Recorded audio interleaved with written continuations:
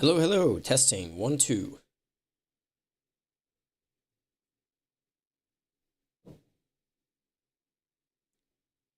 Good evening. Okay, is this working? Hello, camera. That is plugged in and live. Does this... No, that does not work. Okay, let me fix this. Camera... Tamron. I mean, not... Yeah. Should be this. Why is this not working?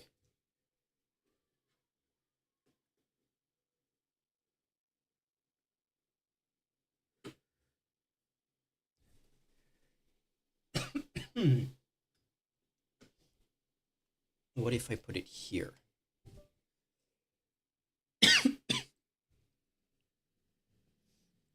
Yeah, I'm working on it. USB video. Not that.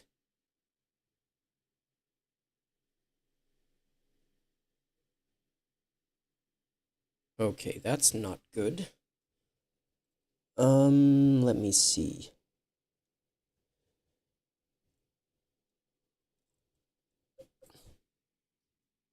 Hmm. Let's try this.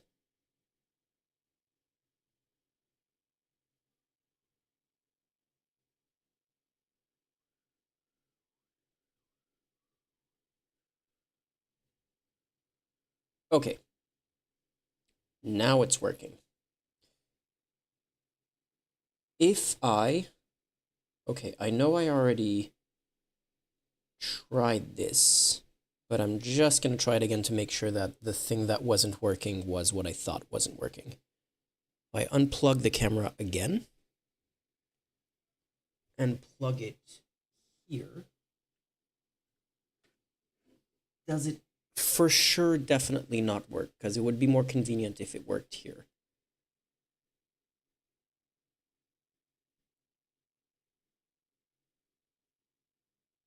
No, it does work. Okay. Let's see if this stops working after a while. But in theory, this should be fine, and now we can get back to this that also displays chat. And we are actually live.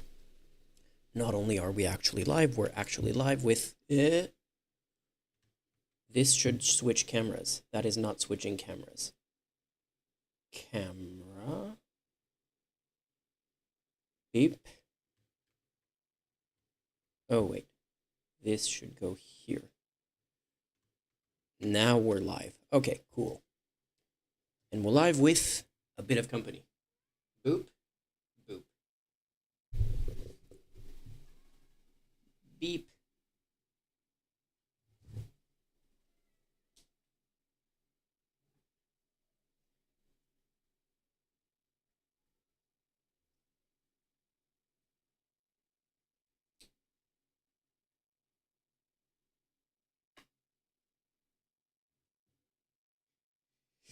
Okay. And now if I go back here, can I still switch the cameras from my keyboard? I can. Cool. Okay, we're up and running. Need to make sure the fan is keeping this powered. Yeah, I think we're good to go. Cat cam. Yeah. Is this too wide to be a cat cam? Does it work as a cat cam? Yes, you're cute. You are cute. You're very cute. My co-host is up and running. Meow. Why the meow? Yes. You know why she's meowing? Why she's complaining? Because it's too damn hot. Oh, I need to set up. Okay, so the title says admin stuff.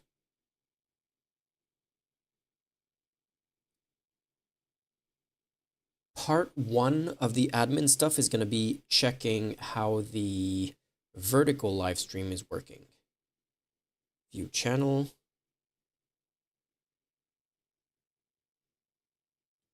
Live. And it is working in vertical. Okay, cool.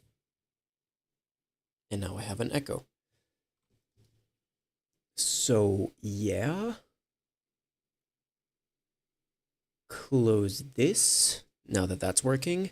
And we're going to set up a few scenes for the vertical stream. Can I have my chair, please?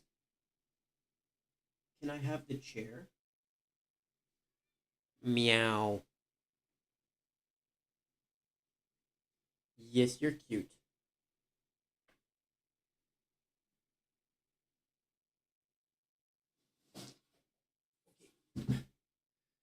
Refuses to cooperate.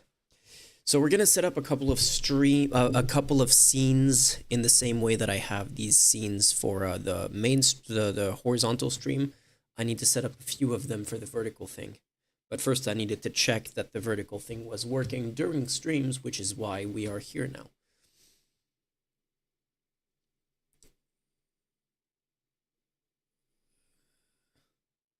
Now the only person left is my partner showing up on stream. This is not my partner. My partner is in a different apartment. Well, yeah, we have two cats here. Don't complain. Two cats. Wait, yeah.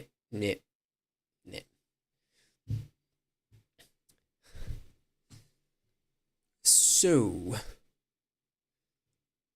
let's see. This. Okay. We're gonna make another scene.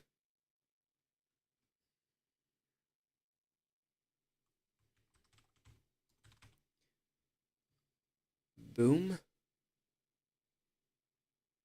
Wait, no.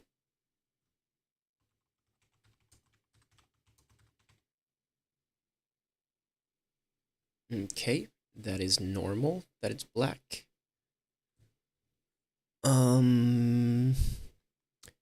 Hello, I'm Raleigh. So if you're watching on the horizontal stream and you're confused why I'm live commenting something that you're not seeing on screen, it's because I'm fixing up the vertical appearance of the stream. And if you're... Why did that turn off? And if you're watching on the vertical screen and the screen is black, that is also normal.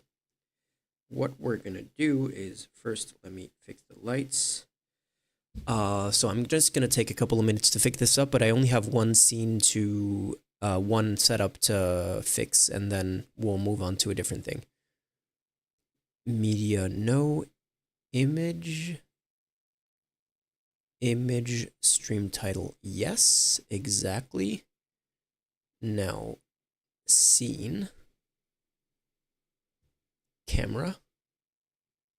But I want this to be behind here. This like that.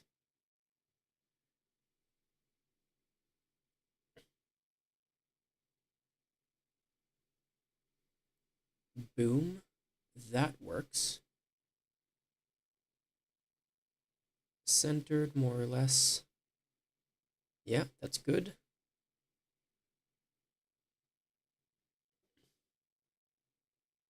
Couple more pixels. There you go. We won't do any better than this. Okay, and then we want the computer screen here. So, is that a scene or is that a display capture? It is display capture. This. So this needs to go here. Centered bottom. Let's not take the taskbar, although that's not going to matter anyway.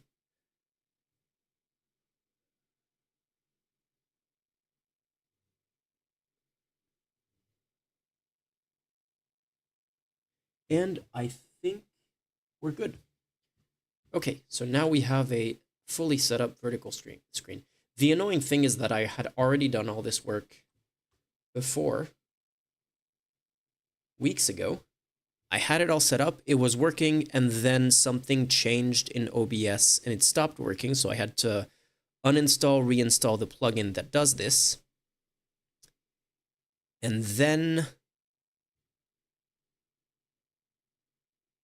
And then the what was I trying to say? Yeah, while the cats are here, I'm just gonna stay on this camera. And then the all my setup scenes thingies were disappeared when I reinstalled the plugin. Okay.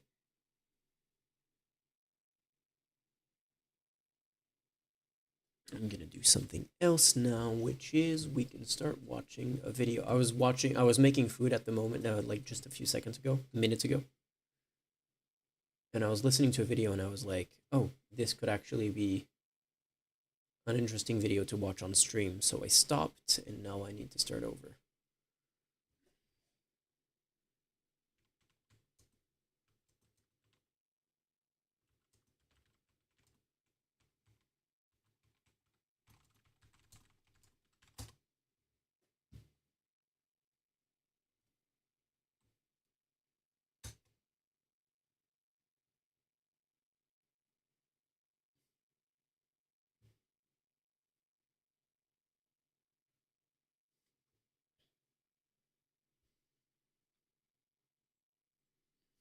Peak stream because of the cat. Agreed. Agreed. Oh shit, I'm also on my VPN, which might fuck with stream rate. Hopefully it doesn't.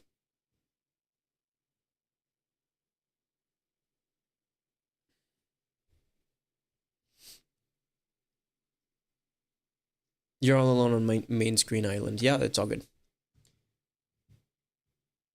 Boom. Boom. So I wanted to watch this. And while we watch this, I'm also going to be setting up a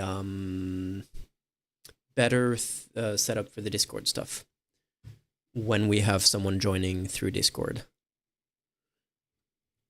I don't have a strong opinion about this woman.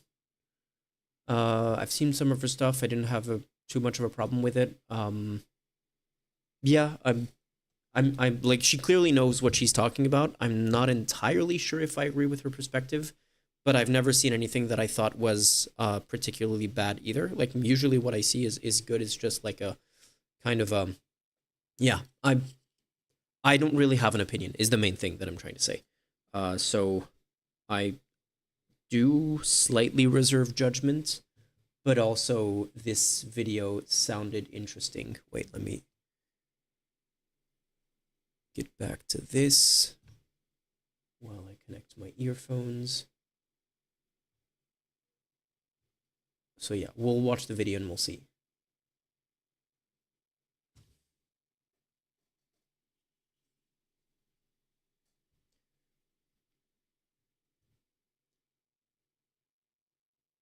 Okay.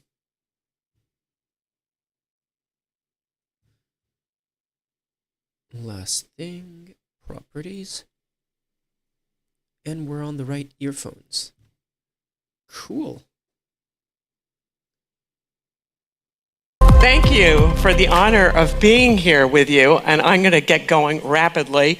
I'm going to start with the context, but then I'm really going to focus on concepts to help us all navigate the way out of this mess. And then I will get to some of the things on the way forward. So I got a lot to do, so let's get going. All right, the wonderful inter-Cold War period has ended. And while it lasted, China and Russia turned inward. The United States more or less... I've seen some good things from her too. I don't agree with her stance on the future and rules-based order. Yeah, if anyone's stance on the rules-based order is not... that's a nice idea in theory, but we've actually never implemented it because the US has never taken the rules-based order seriously beyond when it was convenient for them. That's kind of if that's not their stance, they have a bad stance, in my opinion, because the rules-based order has basically been a joke in any kind of real-world scenario since forever. Like, the rules-based order has never mattered in a significant way, unfortunately. And yeah, it would be nice to try, but we haven't tried. followed the rules, and since people weren't funding opposing sides of insurgencies, growth compounded globally. Well, that's over. We have a whole bunch of continentalists on the march, and they think that the currency of power is territory. Only time it applied was Yugoslavia. I actually don't know enough about Yugoslavia to have a strong opinion on that, but from the little that I know, it's kind of, yeah, fair enough.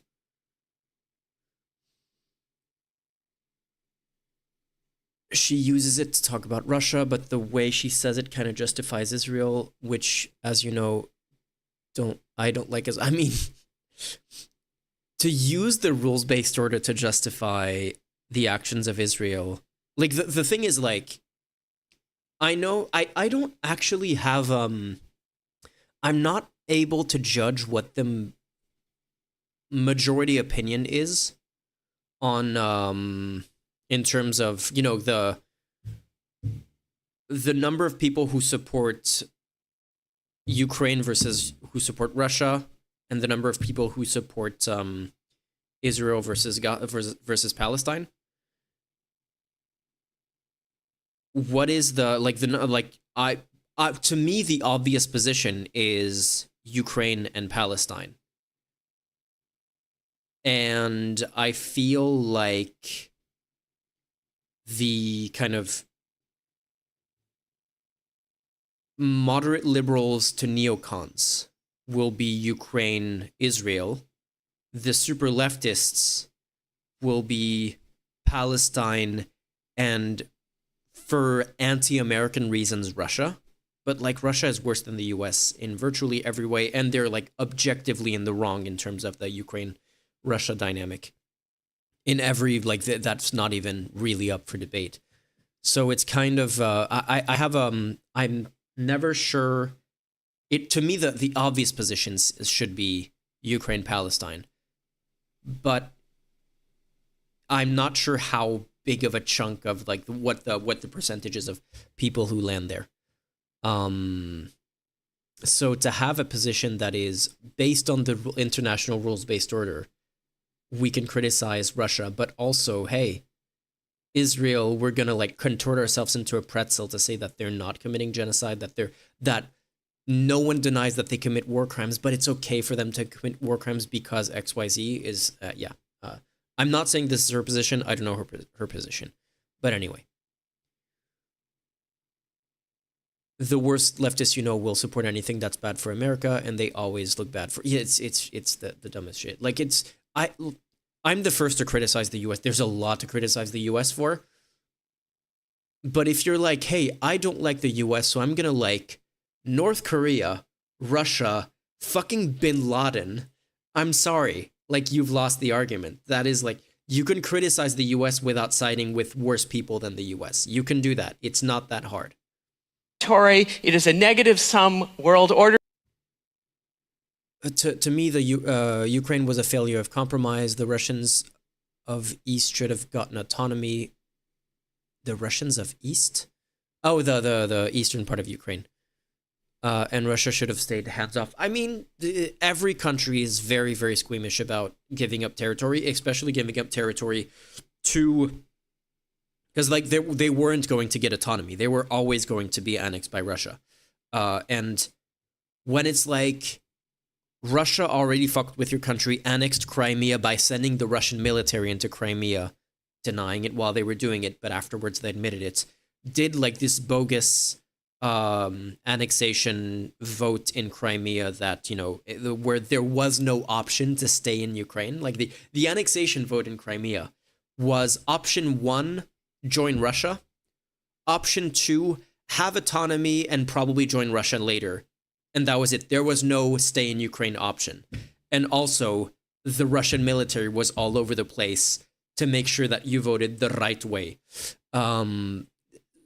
So when you have like a hostile nation that already does that with part of your country, and then they start for years funding paramilitary groups to create a secessionist movement in an entire chunk of your country that kills a bunch of people and like creates a bunch of chaos throughout the country for a really long time, I can understand why you're like, no, fuck that. We're not going to give up part of our territory. Like when you look at how Spain reacts with Catalonia, who are voting in like a much more reasonable way to be independent, or how the UK is like doing everything it can to like prevent Scotland from getting a majority vote for independence, or France with Corsica. Like every country is always very squeamish about a part of their country becoming independent, but when it's in the context of an entire, foreign-funded militia group that is doing the independence movement, then you're going to be even more hostile to that.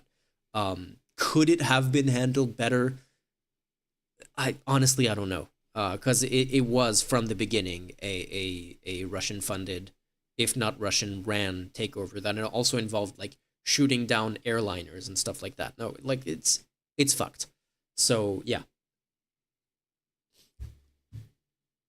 As you're seeing where the continentalists are just destroying wealth at a very rapid pace, whereas True. Also, Crimea annexation was wrong, but Taiwan is something truly different to me. I'm saying it because the reason of Russia annexing Crimea and Donbass is like Iraq's justification in 80s. I don't know about the Iraqi situation, but that's another example. Iraq is another example of I almost went to the Kurdish region of Iraq a few years ago. What year was that? Was it like 2017? Early 2018, when they had their own independence referendum, and they like voted, majority of the region voted to become an independent Kurdish state. And what the Iraqi army did was like they sent in the army, closed down the airport, and like pointed all their guns at the Kurdish region, at the Kurdish government, and went, "Fuck no, you're part of Iraq." And that was like an autonomous independent movement that wasn't like foreign funded or anything. So imagine if like the same thing, but it was also like a foreign intervention that was funding the independence movement. That would be worse. The alternative is the rules-based order, and that's how wealth compounds. It's positive sum, and it must survive. So if that's the problem, I'm a historian, so I reason. Yeah. Okay. So the rules-based order is. Okay, I see what she's saying. I'm not going to pause this often for the rest of the video because I wanted to multitask and do something else while we watch this.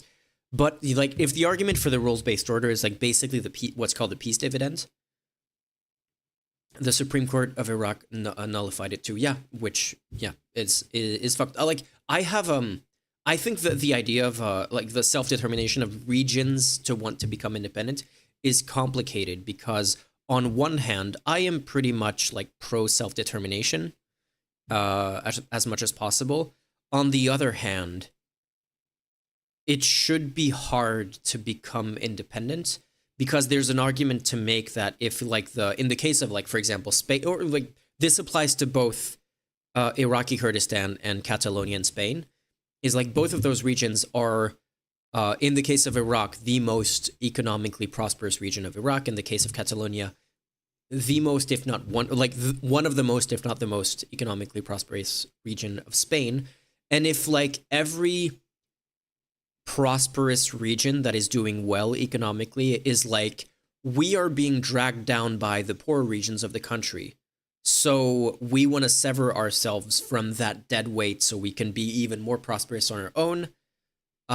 That's kind of fucked up of them to want to do that, and it's like really bad for the rest of the country who's like, hey, like, because what happens next is like the next most prosperous region of the remaining parts of the country does the same thing and they become independent, and it's like this whole like thing that everyone just wants to like ditch the poor people so they can be better off on their own.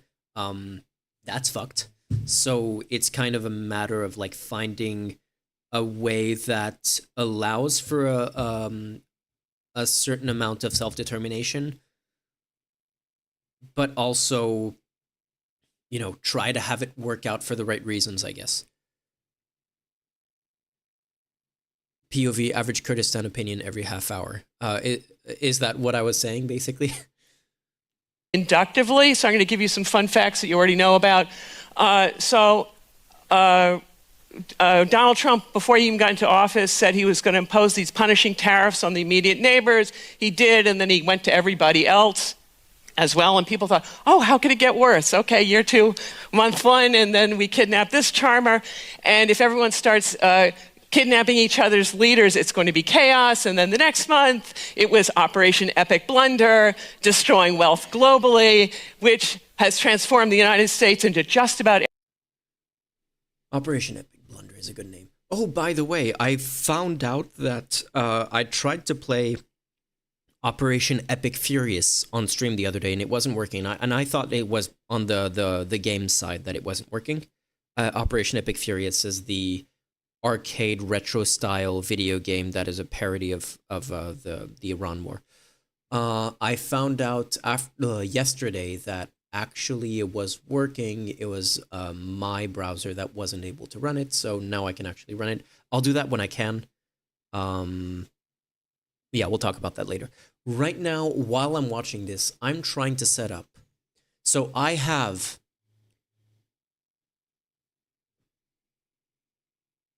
Hey? But I already did this. Okay, I'll have to figure that out later.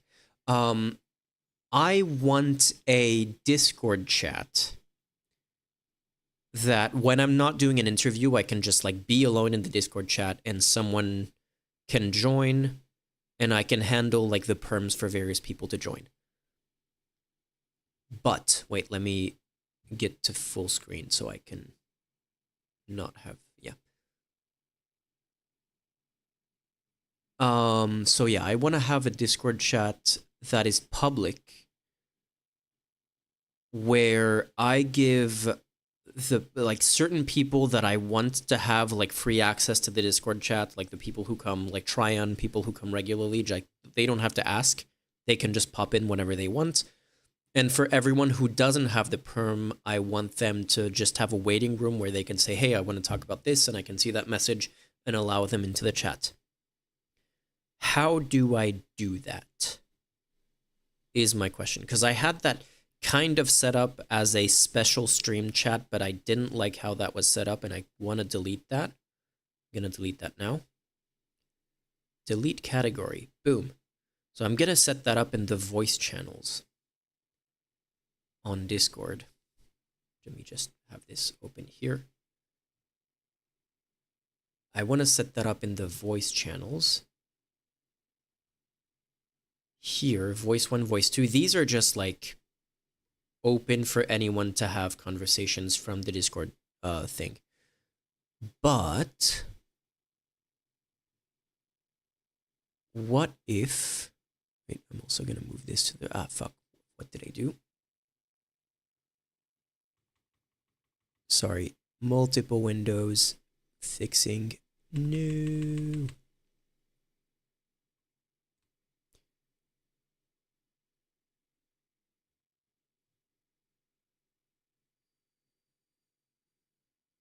Yeah, you're there too.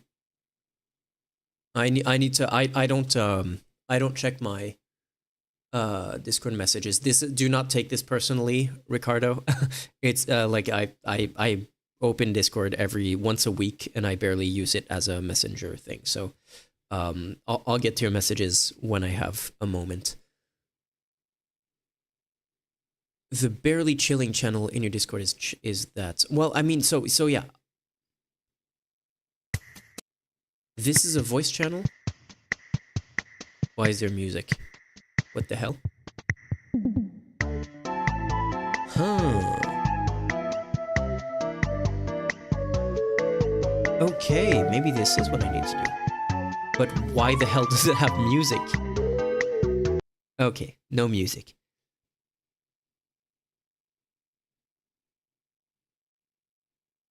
Can someone join and I see how that works? Also, edit channel, permissions. There is a category.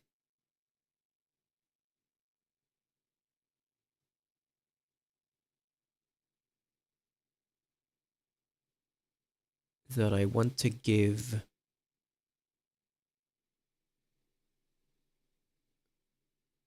Huh, I'm confused by this.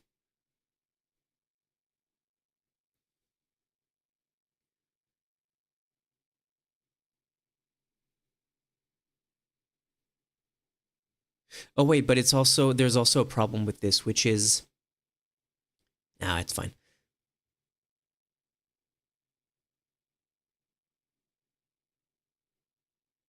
So it's not private.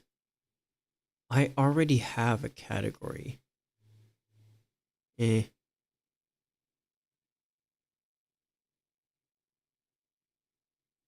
Okay, can someone try to join this and I see how it works, how it appears when someone joins? Someone did. Okay. Invite to speak.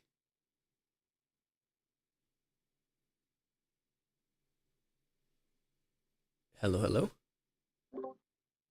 Testing, testing. Testing. You are here. Okay. Okay. Now try to leave and come back and see if I need to re-invite you to speak. Testing. You are here. Oh Okay, wait. Okay. Now try to leave. That's horrible. I can hear myself.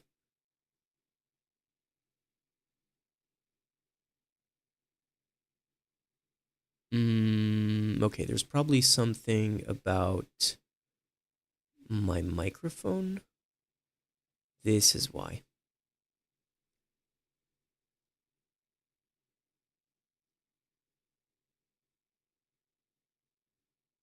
I'll need to figure that out later. Okay. Yep. Suppressed. Apparently, I do not have the permission to speak in my own channel. What the hell?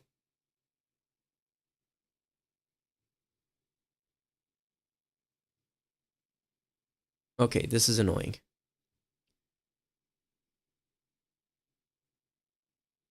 Yeah, I'll figure this out later. This is not what I want, but I don't think I need to do this on stream. Okay. I'll try to find the right moment to figure this out later, but this is not working out. Okay, never mind. Let's just watch the thingy.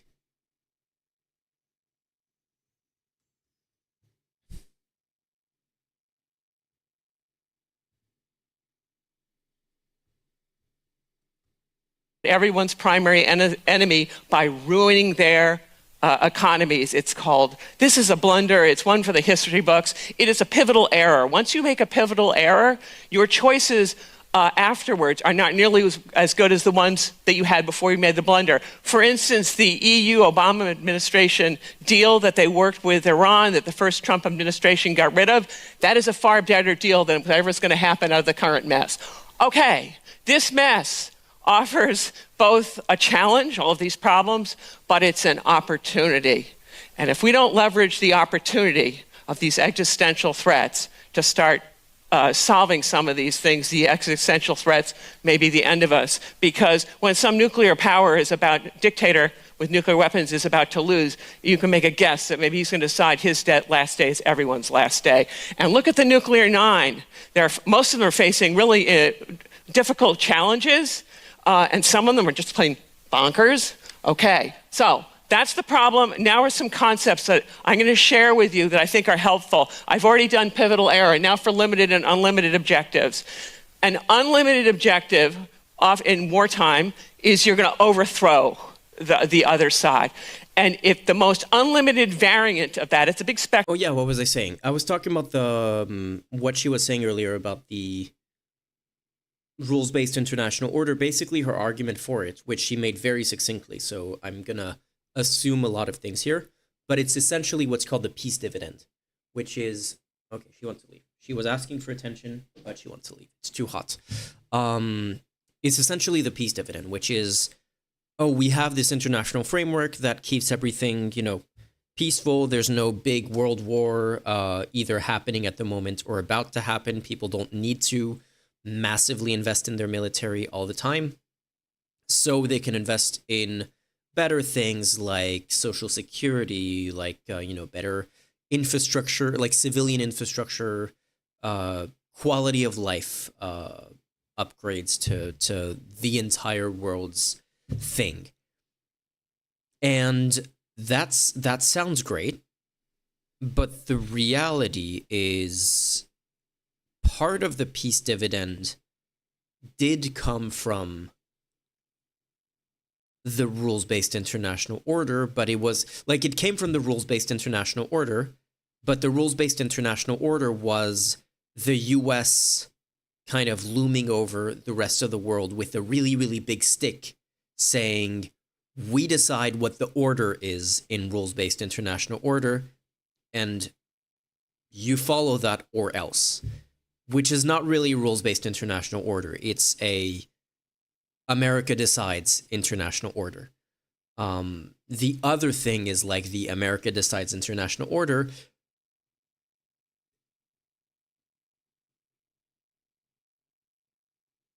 Well, détente kind of implies that it's temporary.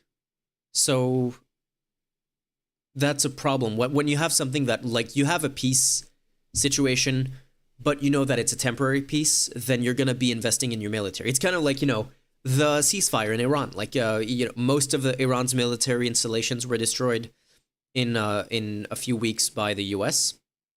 Not as much as the US wanted to, but still a lot of it was destroyed.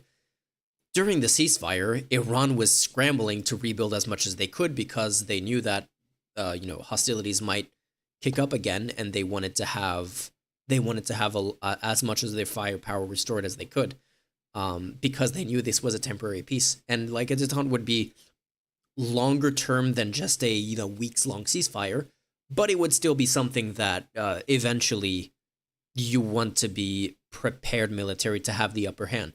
Whereas if you think this is like end of history kind of logic, it's like, oh, there's never going to be a war ever again because things are fine. I know that's not exactly the Fukuyama end of history, but like I'm just speaking in the abstract. If you're like, oh, we've figured out every disagreements between countries and it's always going to be diplomacy and there's no longer a need for war, that you no longer need to be investing as basically in your military at all, or like very, very little. So you can do much more quality of life investment into your country. But again, if the rules, if the international order is just like one country gets to decide because it's a unipolar world, the peace dividend is nice to have, but at the same time, it's still a unipolar world. And then when Trump comes into office, or someone like that, who's like, it's no longer going to be something where we privilege peace. We are going to start bombing countries that we randomly don't like, or we want their resources. To be fair, Trump wasn't the only one. This has basically always been the case. Trump is just the most extreme version of this. When George W. Bush is like, yoink, we're just going to take Iraq's oil, which they weren't even able to do, but that's what they were trying to do. When leaders just want to do that, or even through the rules-based international order in a peace scenario, they're still going to set up a bunch of things that are extracting resources from poor countries and you exploiting poor countries' looser labor laws and lower wages to just like build stuff and manufacture goods for the richer countries to enjoy, when the poor countries are like, sure, they're getting enriched by that, but they're also going to be stuck in that. Well, so what happened with, for example, industrialization is like, for a long time, China was considered the factory of the world, and then China started to gain an economic upper hand and be able to invest more in a bunch of things, and now China is in a better position economically. They've invested in their tech sector. They're like slowly catching up to, or like really quickly catching up to the US in terms of tech development. Just look at what they're doing with AI. They are no longer the factory. They still have a lot of factories, but they're no longer like the sweatshop of the world the way that they were a few decades ago. And so the sweatshop of the world became another country, and that country developed, and so the sweatshop of the world became another country. But there always, in this kind of logic, there always needs to be a sweatshop of the world. And so one of the problems that's happening is like the last countries, and like there needs to be a sweatshop of the world that's a really big sweatshop. So it's not like a tiny country can be like, oh, this is the one sweatshop of the world. that we all exploit them, but they're the only ones that are exploited, so it's all fine for everyone else. That would be fucked up. But like, it's not even that. It's like there needs to be a huge part of the world's population that is doing the sweatshop work of the world under the current order, and we're reaching a point where they can't even develop to the point where they can pass that off to the next country lower down the ladder, because we are reaching the bottom of the ladder. So they're stuck in that position. All the like who is it now? It would be a lot of Southeast Asian countries are doing it right now, or like South Asian countries are doing it right now. They're kind of stuck there because they won't be able to develop to the point of what China did. And yeah, we need to reach, like, I would be in favor of, the Trump tariffs are bad for the reasons that Trump is doing them, but I think there would be a logic of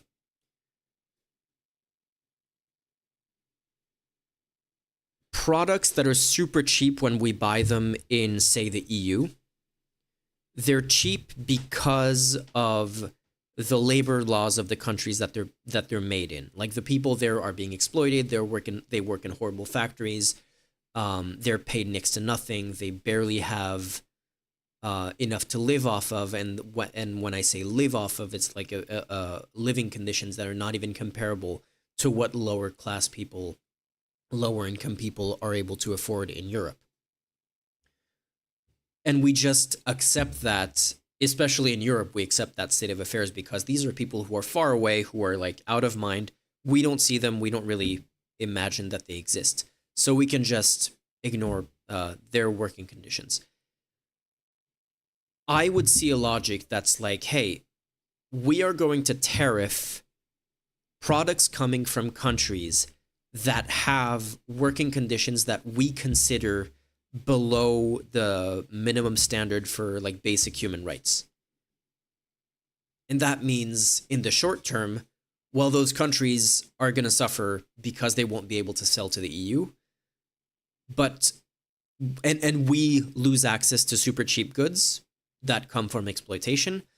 But in the medium term, hopefully, what's going to happen is those countries are going to readjust their labor laws, their working conditions, their safety conditions, all of that, so that they will once again be able to, and like you can have a delayed tariff thing where it's like, if you haven't adjusted your labor laws by like 2 years from now, then the tariffs kick in, so they have time to adjust, and that way the tariffs never kick in. But they can readjust all of their stuff so that they increase the living standard of the people working there. Their better working conditions, all of that. They're paid better by. No, thank you. Let me. I can't do this in.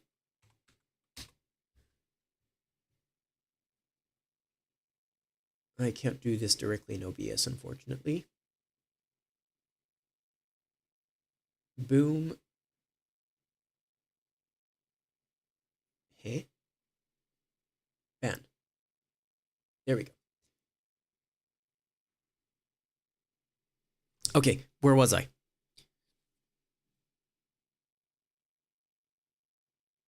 Which the Western Imperial Order won't allow any of this because they want the cheap goods. They want the exploitation. The reality is, what I'm saying is like super idealistic, but it's also like it would hurt the West. It would hurt living standards in the West as well, because we will know like everything will get more expensive because it will be built in better conditions, which means that like the whole supply chain will get more expensive from the people along that supply chain being paid decent living wages and working in like, you know,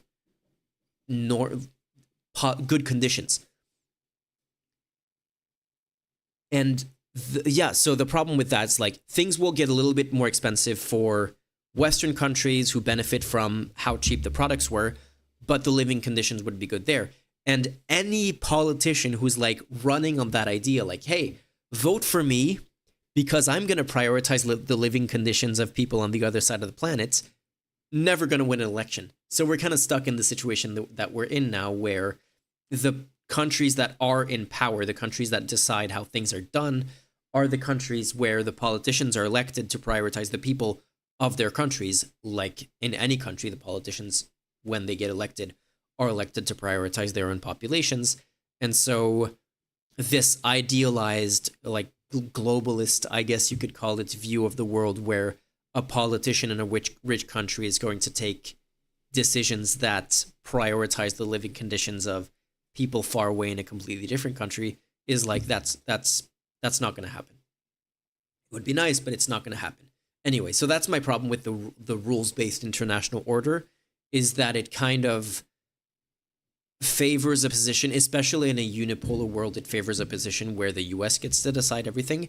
And the advantage is there isn't constant war everywhere, and there is some level of peace dividend, which is nice. The disadvantage is the rules of the rules-based international order are always going to be stacked in favor of the countries that are setting those rules, obviously, because that's how they're going to do it. So, yeah. Of objectives, you can see here, is you're going to... It's the job of international bodies like the IMF and the World Bank, etc., to do these things if they weren't imperial. Yeah, exactly.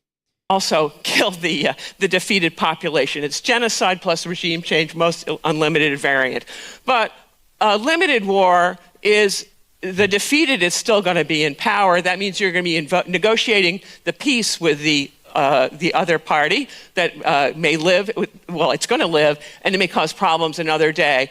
Also, understand that in these limited wars, it's the defeated who decides when they end, because they decide when the costs of the war are too much and therefore giving up is the better bet. Something the United States ought to think about Iran, how these things are going to end. Also, this yields 3 different variants of wars. So you can have war. Yeah, that's true. The thing about the defeated get to decide when it ends. Wait, was that for a limited war or an unlimited war? Because that's basically what happened with Iran. There's this saying, and these are not really related, but I just, like, in my brain, the connection works, of when you want to bet against a stock because you think the market is being irrational and, like, Tesla is overvalued, so you're going to short Tesla and hopefully make some money when the stock goes down, the saying is, the market can stay irrational longer than you can stay solvent, because when you short a stock, you have to pay up until the stock starts going down. And so you have to continue, like, if you go bankrupt before the stock starts going down and you can capitalize on your short position, then you lose everything, because you lose that short position and everything. It's kind of the same with what we were seeing in Iran, where it's like Iran was, and like Amirali, I guess you can confirm this, pretty devastated by the war, by the closure of the Strait of Hormuz, by everything. And Iran was like already not doing well economically before then, which is why there were massive protests earlier in the year and at the end of last year. But they had just been bombed, like one of the most extensive bombing campaigns in such a short amount of time ever, in terms of the number of bombs that were dropped on Iran. Pretty insane stuff. And that also involved, like, bombing oil facilities, bombing water facilities, bunch of stuff. So they were really hurting. At the same time, they had the entire world economy hostage. Your city was bombed 3 times. And that's probably the case for basically any city. Although Ida told me that your city was a particularly dangerous one, I think, if I remember correctly.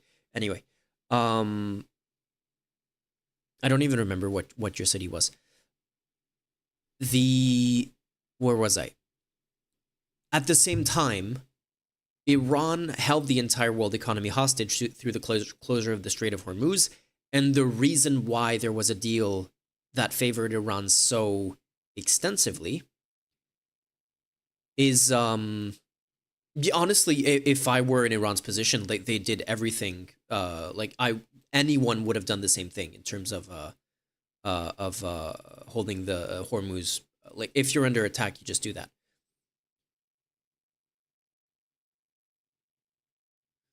Several factors for why Iran has held so tenaciously, summed up as existential external pressure, unifying the countries. Yeah, no, exactly. Which, you know, it's virtually, even if you don't like Iran, it's virtually impossible to not see their like this is the like this war is like such a righteous war for Iran in this specific case. It's kind of like, it's crazy how the Trump administration has managed to make Iran look so freaking good with this attack. But anyway, so yeah, they held the world economy hostage. They were suffering a lot in the meantime, but it's kind of like like in Invincible when what's his name? Invincible is his name. It's the name of the show. Is choking the guy who's voiced by Jeffrey Dean Morgan, whose name I forget. He's like choking him, and in the meantime, Jeffrey Dean Morgan is like gutting the guy, pulling his intestines out, and he's like holding on to his throat for dear life and hoping that he manages to choke him out before he dies from his own injuries. That's essentially basically what Iran was like. Iran was bleeding out while they were choking the world economy, hoping that the US would cry uncle before they fully bled out and passed out and stopped being able to maintain the Strait of Hormuz closed. And that's exactly what happened, because the US was so freaking panicked about their reserves running out, and they were getting so much pressure from every other country whose reserves were even closer to running out, that they were like, behind the scenes, please, please, please, Iran, we'll do anything. You want $300 billion? Okay, done. We will give you $300 billion. What else can we do for you so that we open the Strait of Hormuz? You want us to stop Israel from bombing Lebanon? We will do that. No problem at all. We're not even going to ask for their opinion. We're not even going to negotiate with Israel and include them in this conversation. They're not even going to see this deal before we sign it.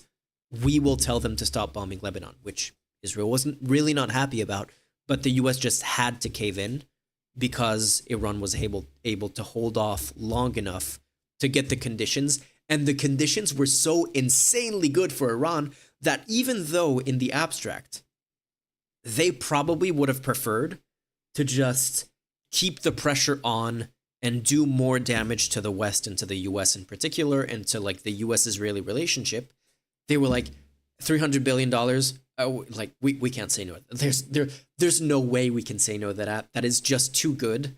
And we can start rebuilding the country. We can start reinvesting in the stuff that was destroyed. Yeah, like we would really love to be able to hold on to Hormuz and like continue to fuck with everyone. But yeah, this deal is too good to pass up, which is what happened. So yeah, it is at the end of the day, it is in the hands of the defending country when a war ends in that sense. Or where both sides. That's half your GDP. What do you think? Exactly. Like it is half your GDP. Like is it Iran GDP? Like 300 billion is huge. I would take 300 billion.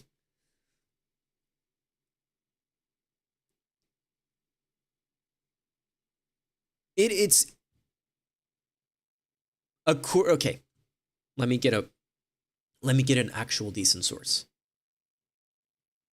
It's more than half your GDP. It's 2/3 of your GDP. As of 2024. I don't know where your GDP is in the last 2 years, but as of 2024, it was 2/3. It was half of your GDP in 2012. So, yeah. No wonder you said yeah to that. Have limited objectives. That would be like Bismarck's wars, where he's going to take things from Denmark or Austria, but all governments are going to be around at the end of the day. Or you can have wars at both sides, unlimited objectives like World War II Europe, when if either the Axis or the Allies win that thing, the other side's governments are going away. Or you can have wars of mixed objectives. So that would be like World War II Pacific, where Japan had no intent on changing regimes in Washington, whereas Washington absolutely planned to overthrow the government in Tokyo. Okay, let's apply it to the current problem. Putin absolutely has unlimited objectives of the most unlimited type vis-a-vis Ukraine. Wants to overthrow the government, kill its members, and kill their family members down to small children. Also, Putin wants to eliminate Ukrainian culture, and he wants to eliminate the people who convey that culture. Okay, so that's regime change plus genocide. Flip it around for the Ukrainians. They have a limited objective. They don't intend to march on Moscow. They just want Russians to go home. They would love it if the Russians would overthrow their government, but that's not their objective. Okay, so now this brings me to another concept that I'll get into, which is death ground. If you have an unlimited objective, you're putting your enemy on death ground, which means for them, if they don't fight, Death ground? you will kill them. So their only choice is to fight. And it is a clarifying experience. It really clears the mind for the target, who tend to fight with unbelievable ferocity. And you can transform the most dysfunctional place into a lethal adversary, as Hitler discovered with Russia, Putin's discovered with Ukraine, and the United States may well discover with Iran. So this clarifying event it doesn't change the targeter, but it can vastly harden the target. For instance, all these assassinations in Iran, the Iranians have nothing to lose now. There is no reason. Murali, I'm assuming I've talked about the demonstrations in late December to January.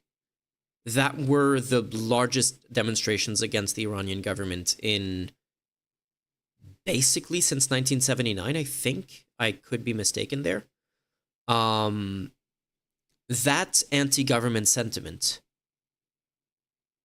I'm assuming, has virtually disappeared since then from the US's war. Like I was talking in my video about how some people in Iran still were like not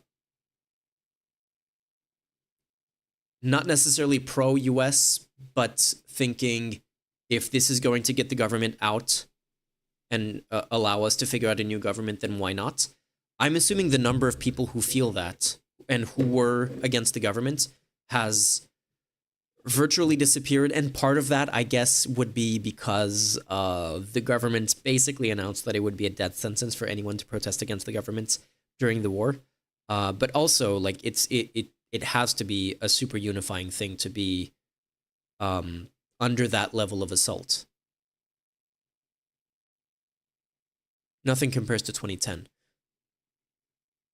2010 was the anti-Ahmadinejad protests, right? The 2010, the Ahmadinejad re-election.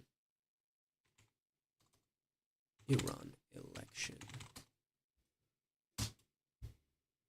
Yeah, election in mid-2009, and then there were protests that lasted for a couple of years.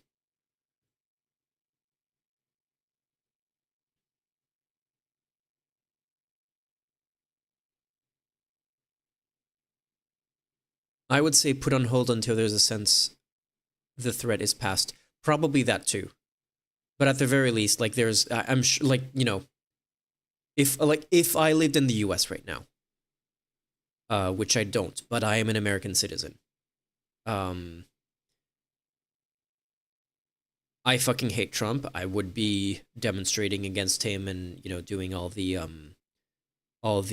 anti-ICE activism, stuff like that. But if tomorrow Russia starts bombing the country, I would be like, okay, I do hate Trump, but right now I don't care about that. We're literally under attack. We can get back to hating Trump after the war is over. That makes sense. And that's how you get what she was saying, like turning a dysfunctional country into a very, very deadly adversary. Not to escalate. The monarchist movement shot itself after they sided with Trump. Yeah, I mean, the monarchist movement was fucked anyway. Like, this is the frustrating thing, is like anyone who is like the number of leftists who think that anyone who's critical of the current Iranian government has to be a monarchist, has to be a Pahlavism, is like completely doesn't understand the dynamic at all. And I barely understand the dynamic, but at least I know that that's not at all true. Like the monarchists might be one of the bigger opposition factions and the most organized opposition factions, but that doesn't mean that they are a majority of the opposition. So yeah, I assume that when the leader of the monarchist faction sides with the country that attacked the freaking country. The monarchist movement is the pro Pahlavi, the son of the Shah who was overthrown in the 1979 revolution. And all of the, when you go to an anti-government rally or demonstration, the flag that you see is the monarchist flag. Like you have the lion and sun flag. Let me open it. New tab.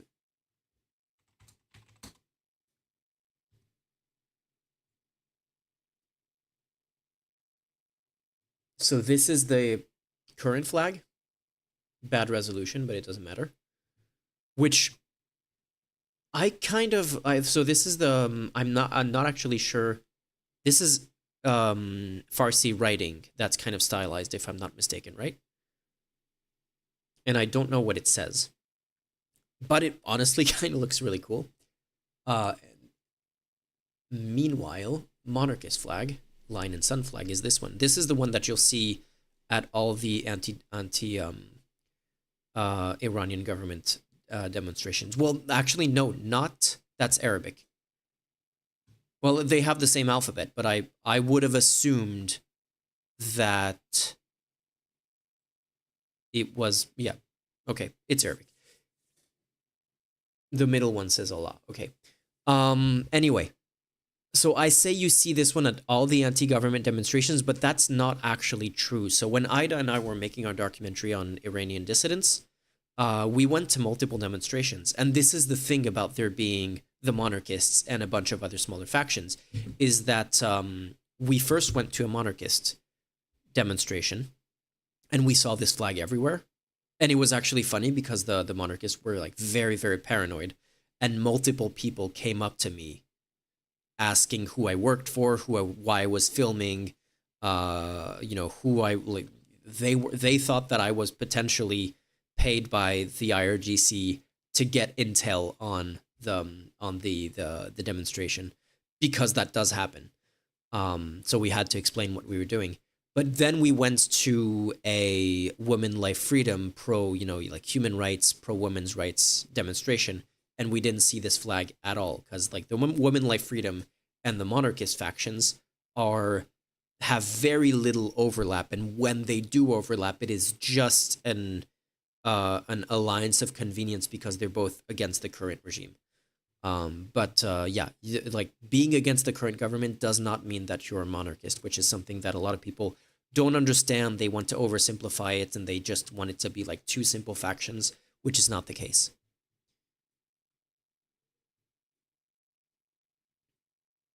Whatever it is up the scale, deterrence is done as far as those people are concerned.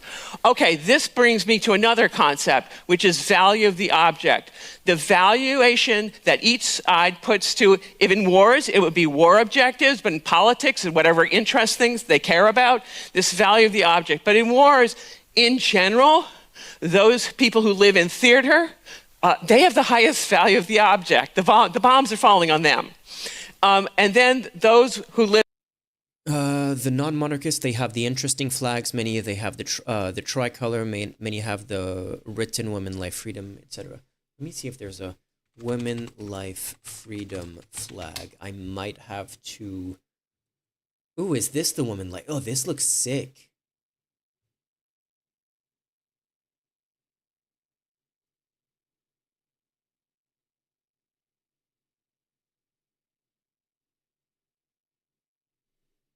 Okay. Amirali, what does this mean? Because this looks cool as fuck, in my opinion.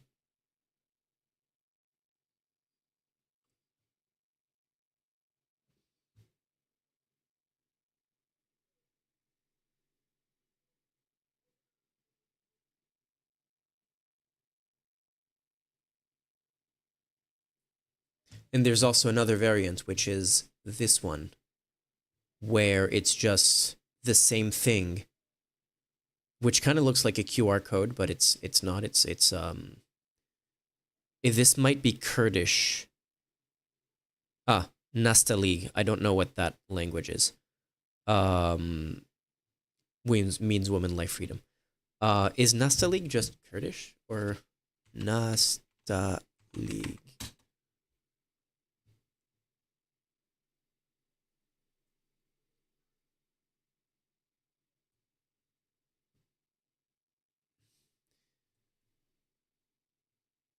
We are going to learn about this. Nastalig is one of the main calligraphic hands used to write the Persian and Arabic scripts. Okay, so it's but in this case, predominantly Persian, Kurdish, Pashto, Baluchi, Urdu. Okay, so it's a bunch of languages. In this case, so Nastalig is the alphabet, the script that is used. Is this... So this would be, I'm assuming, if I'm pronouncing it correctly, Jinjan Azadi, which I believe is Kurdish. Is that the same in Persian? What's the distinction there? If you don't mind explaining. And yeah, since we were looking at it, this is the same thing but written in a bunch of, like, it's repeated in smaller to kind of look like the current Iranian flag that we were looking at earlier. I like this one better personally. That's Kurdish. Okay, good to know.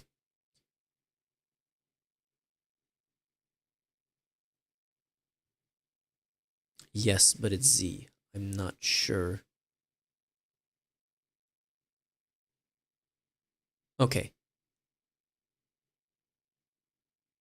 Oh, wait.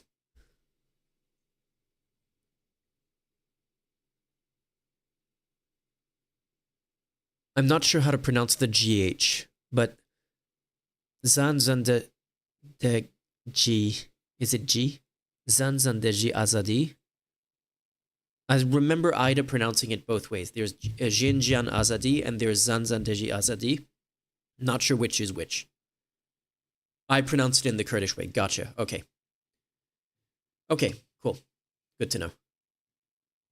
Back to this. Live in the neighborhood nearby. They have a lower but still high value of the object, and then distant players, much lower value of the object. So when you're thinking about things in Iran, for the Iranians, it's existential. They care far more about the outcome. AI slop illustration. Couldn't they get a news photo of? I mean, it's the modern world, unfortunately. I'm not going to judge people for using AI image generators. It's just the way things are right now. We occasionally use image generators for thumbnails, so never for actual content in videos. Or like in weird limited ways where it's like, maybe like a corner of the video is fucked and we need to fix it. But we would never generate this for a video. But thumbnails might be the case. Anyway, it's the world we live in right now, where everything has to be AI slop all the time, everywhere. Of this, even than Israelis do, and certainly far more than Americans do, and far more than the. We aren't taking gambles. He threatens we gay the Strait of Hormuz. Gay? It is Pride Month. If there's ever a month to gay the Strait of Hormuz, it's Pride Month. Republican Party that is enabling all of this, right? So there is enormous reasons for Iranians to stay the course for a very long time. Okay, not only can you differentiate objectives between positive, limited and unlimited, but also positive and negative, which is also useful. A negative objective is you're preventing something from happening. Think deterrence. If you deter, nothing happens. So not only is the objective invisible, But it's relentless because every day you have to deter. It never goes away. You're constantly managing a situation and you feel as if you're failing because it never resolves. Whereas a positive objective, if your problem is amenable to such a thing, positive objective, you can state what it is, you can achieve it, everybody can see it, that you've done it. Negative objectives are only visible in failure. Think about the United States back before World War II is deploying its Navy to Pearl Harbor to deter the Japanese from further expansion in Asia, and they don't see it as a deterrent. They said, aha, lucrative target, and they go sink it. All right. Another thing that's really important to keep in mind is look at other people, your enemies, your allies, neutrals, and you understand that everyone is prioritizing their enemies and they're also prioritizing their interests. And you have to get a sense of these things and they change. I can give you an example with the long Chinese Civil War that goes on from 1927 to 1949. The primary enemies for most of the time is the Communist Party under Mao Zedong and the Nationalist Party under Chiang Kai-shek. But when the Japanese extend their war, they start out in North China, but then they're going to move south into all of the rest of China in 1937. From then until 1945, when Japan's defeated, the primary enemy of both parties is Japan. But when they're defeated, they're back to being primary enemies again. The United States doesn't figure this out, and so after the end of World War II, the United States is busy trying to organize a coalition government, right? Two parties have a coalition government. Non-starter with primary enemies, don't even try. Exactly why we didn't drown aircraft carriers, because we can't give America the rally around dead effect by giving them so many dead. Good point. I'm not enough of an expert on war to have a strong position on this, but I would also assume that the aircraft carriers were annoyingly hard to sink as well. Like the problem with the U.S. is even under Hegseth, there's probably a level of competency in the U.S. military that they wouldn't risk their aircraft carrier to that extent. But also, even if it was easy to sink them, that would be a fair point. But to be very honest, I think it's one thing to make that argument of like not wanting to give them the ability to rally around their dead. That does sound a little bit like hope. Like it feels like Ukraine would never do that. Ukraine has sunk Russian ships and they were very happy about it. If the IRGC had the ability to sink a US aircraft carrier, like on one side it would give the US like this rally around the dead thing. On the other side, it would be like a huge propaganda victory for Iran to be able to say, look at what we were able to do. We can do more. The aircraft carriers were in the Gulf and they were sitting ducks. We shot at them. Yeah, no, I do think that they were hit, and the U.S. government tried to hide that and denied that all the time. But I also think that if the IRGC had been able to sink them, they would have been very happy to.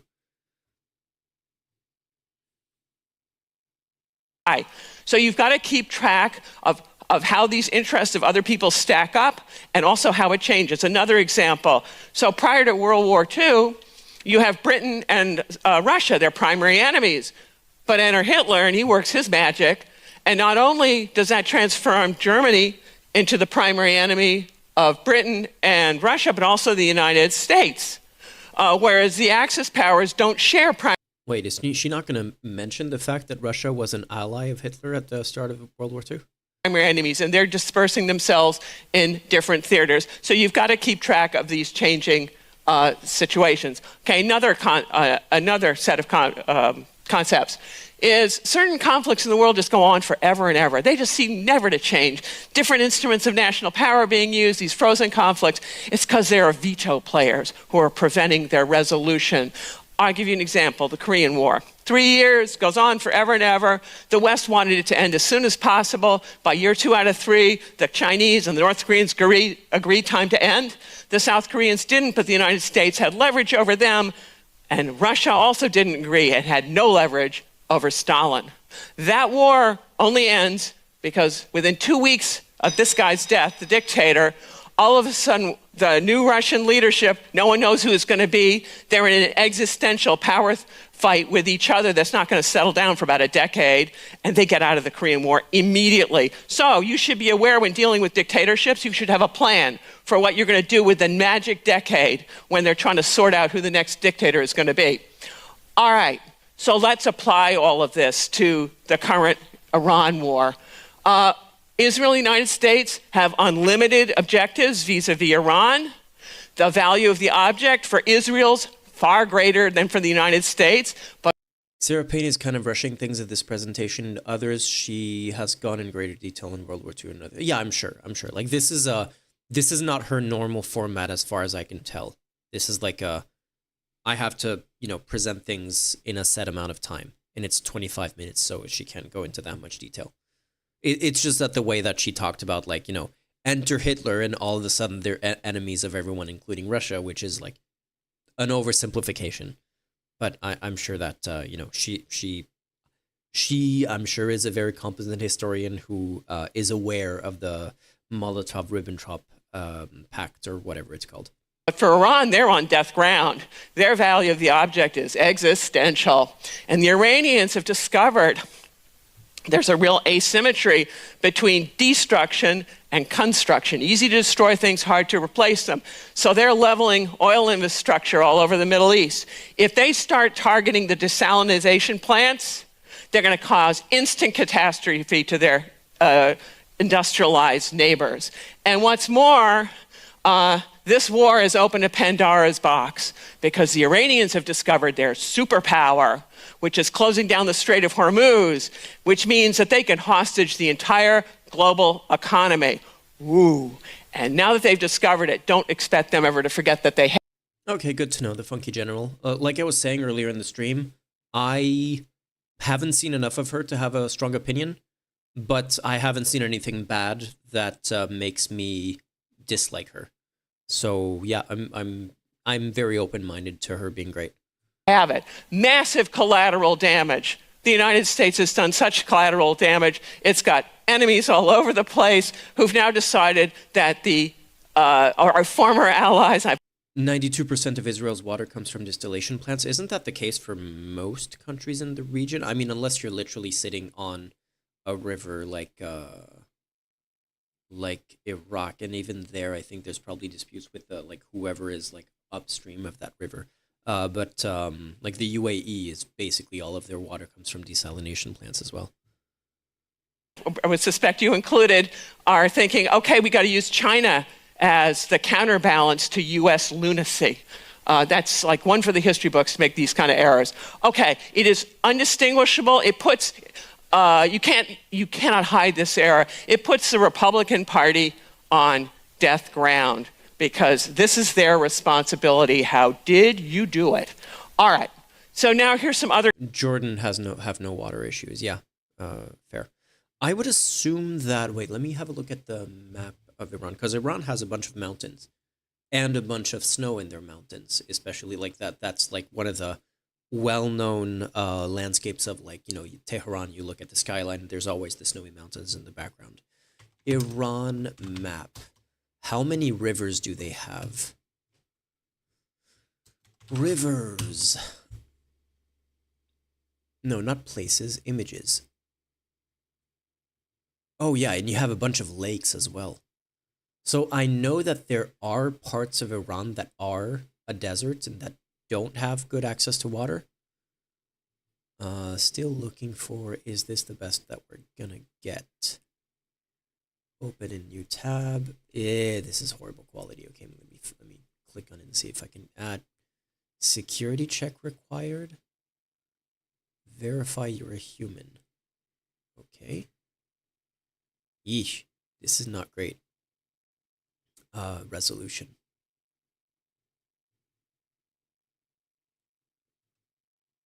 But yeah, so you have bunch of rivers. I don't know what's circling there because it's from a research article. Okay, this is a salt lake, so it doesn't count. But you do have a bunch of rivers all over the place. There are still places that are very vulnerable to that do have desalination plants, but much less than the rest of the region, because Middle East rivers, there's not going to be much.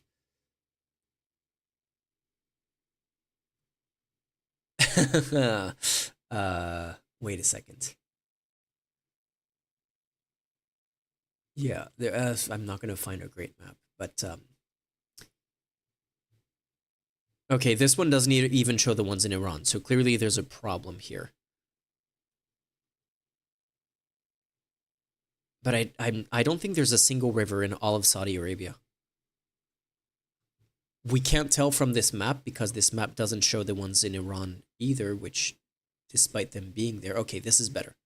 Is this better? No, this is not better.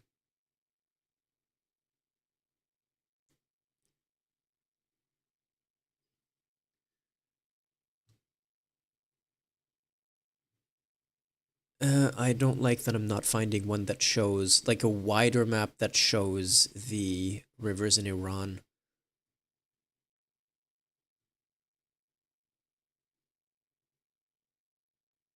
Okay, anyway, the point being, there's virtually no rivers in anything south of Iraq. Tryon, you were saying that Jordan doesn't have any. Well, the Jordan literally has the Jordan River. Iraq has both the Tigris and the Euphrates. Syria has, I don't know what this is, but they have the Euphrates. Anywhere where there's mountains, there's going to be rivers running down from those mountains. I don't think that applies to here. Okay, no, so not anywhere where there's mountains. The mountains have to be big enough to hold snow, which is the case with a lot of the mountains in Iran. But I'm pretty sure that around here there's virtually not a single river. Let me double check that. Are there any rivers in the Arabian Peninsula?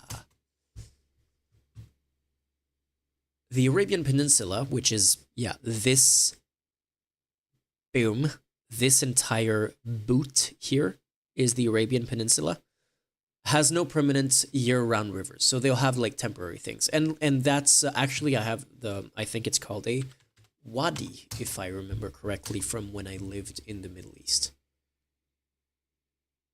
Well, a wadi is a dry valley, but it can look something like this when there's water there. Wait, is this? No, wait.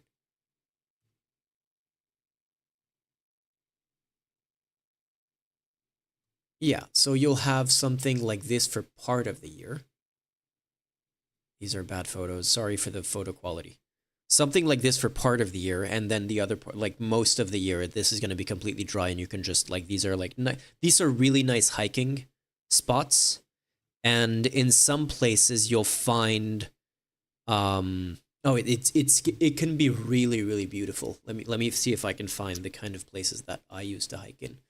When I was a child. It was Oman. I don't remember if it was actually in Oman.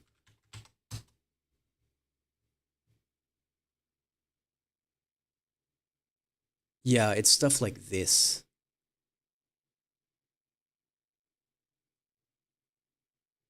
This is a much better photo.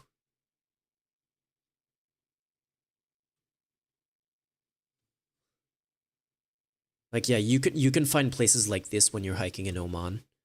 And sometimes you'll find like the pools will be smaller but much deeper, and you can like jump from up here, and it's super fun. And these aren't always flowing. So oftentimes this will be just like the flowing river that's just temporary for part of the years is dry, but you still have these pools of water that stay there and that are like, a source of water for local wildlife and also for having fun, I guess. But yeah, it's not enough to provide water for entire cities, which is why desalination plants are so important. Yeah, these are really, really pretty. Like this is like when you come from Europe or North America. I guess North America has stuff that kind of looks like this, but coming from Europe, this looks like an alien planet. It's so beautiful. It's insane.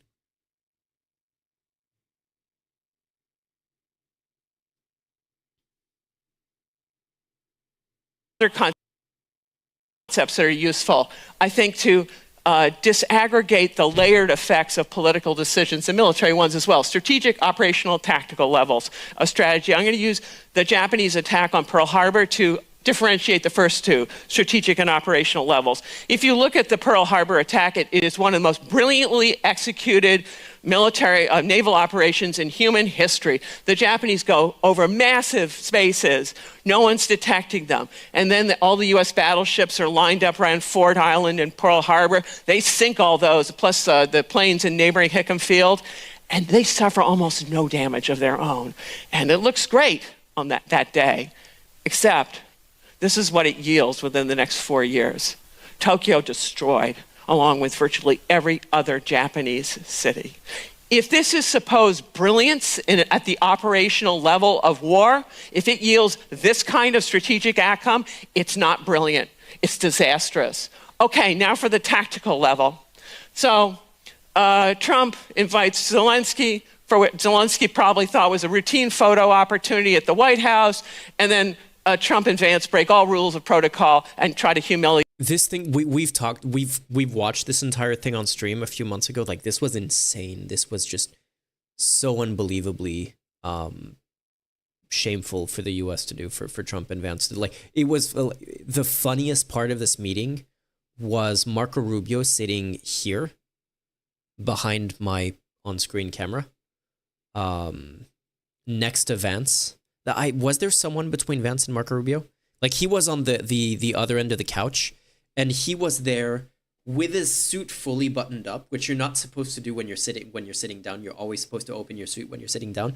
But with his suit fully buttoned up, looking like a fucking sarcophagus, like super uncomfortable and stiff, and going like, "I do not want to be here.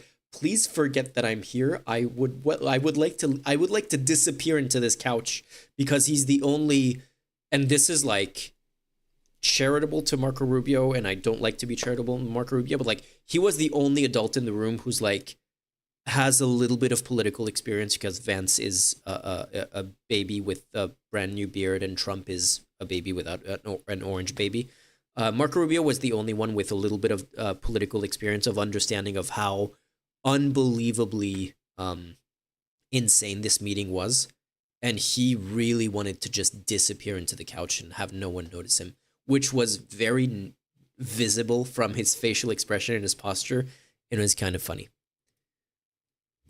Yep, bug.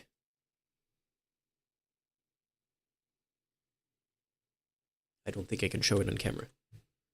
My cat is hunting for a bug on the floor, but it's not visible from this angle. Okay, anyway. Their guests. Okay, so this is the tactic of two native English speakers trying to humiliate a guest. The Oompa Loompa being the only adult is funny, yeah.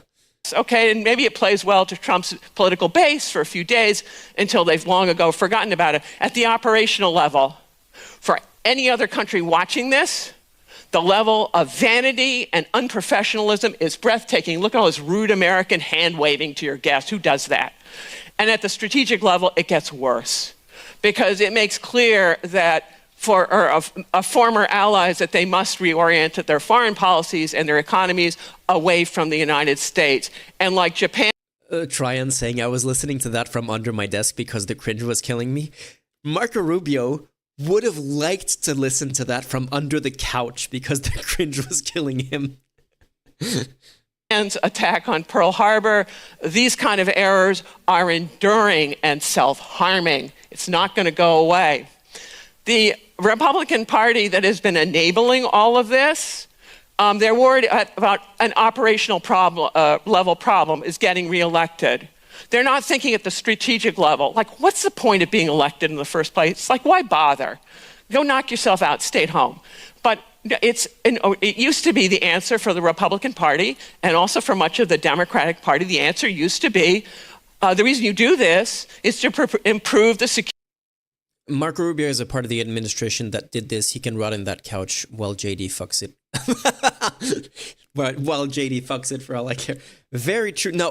Like, the thing is, obviously, yes. And I am really not looking forward to the Marco Rubio rehabilitation tour after Trump is out of office, when they're running their next candidate for the post-Trump America. and Marco Rubio is going to be like, oh, but you know, I was actually not in favor of all of this. I was the adult in the room trying to keep the, you know, the wheels on the car, you know, I'm actually a really good guy, and I wasn't you know, the part of the administration. Like, I was part of the administration, but for the right reasons. Yeah, fuck that. Yeah, of course he's a neocon. Like, he's a huge neocon, but like, there's neocons are evil. Marco Rubio is not a fascist in the way that Trump and Vance are fascists. And virtually the entirety of the rest of Donald Trump's cabinet and wider administration are actual fascists. And Marco Rubio is a neocon who's like stuck in between all the fascists, cosplaying as a fascist in a kind of, what's that How I Met Your Mother meme?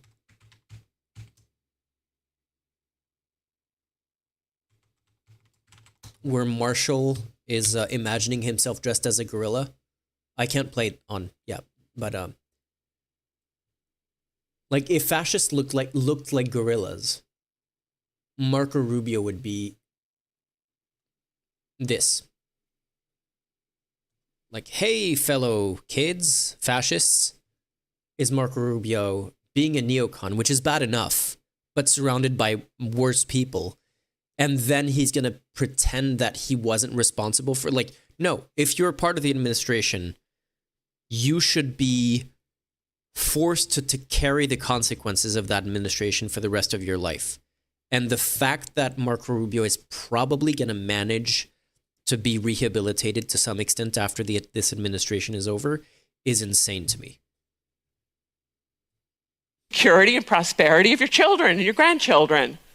Well, this war isn't improving anyone's security. It's wrecked the alliance system that once made the United States strong.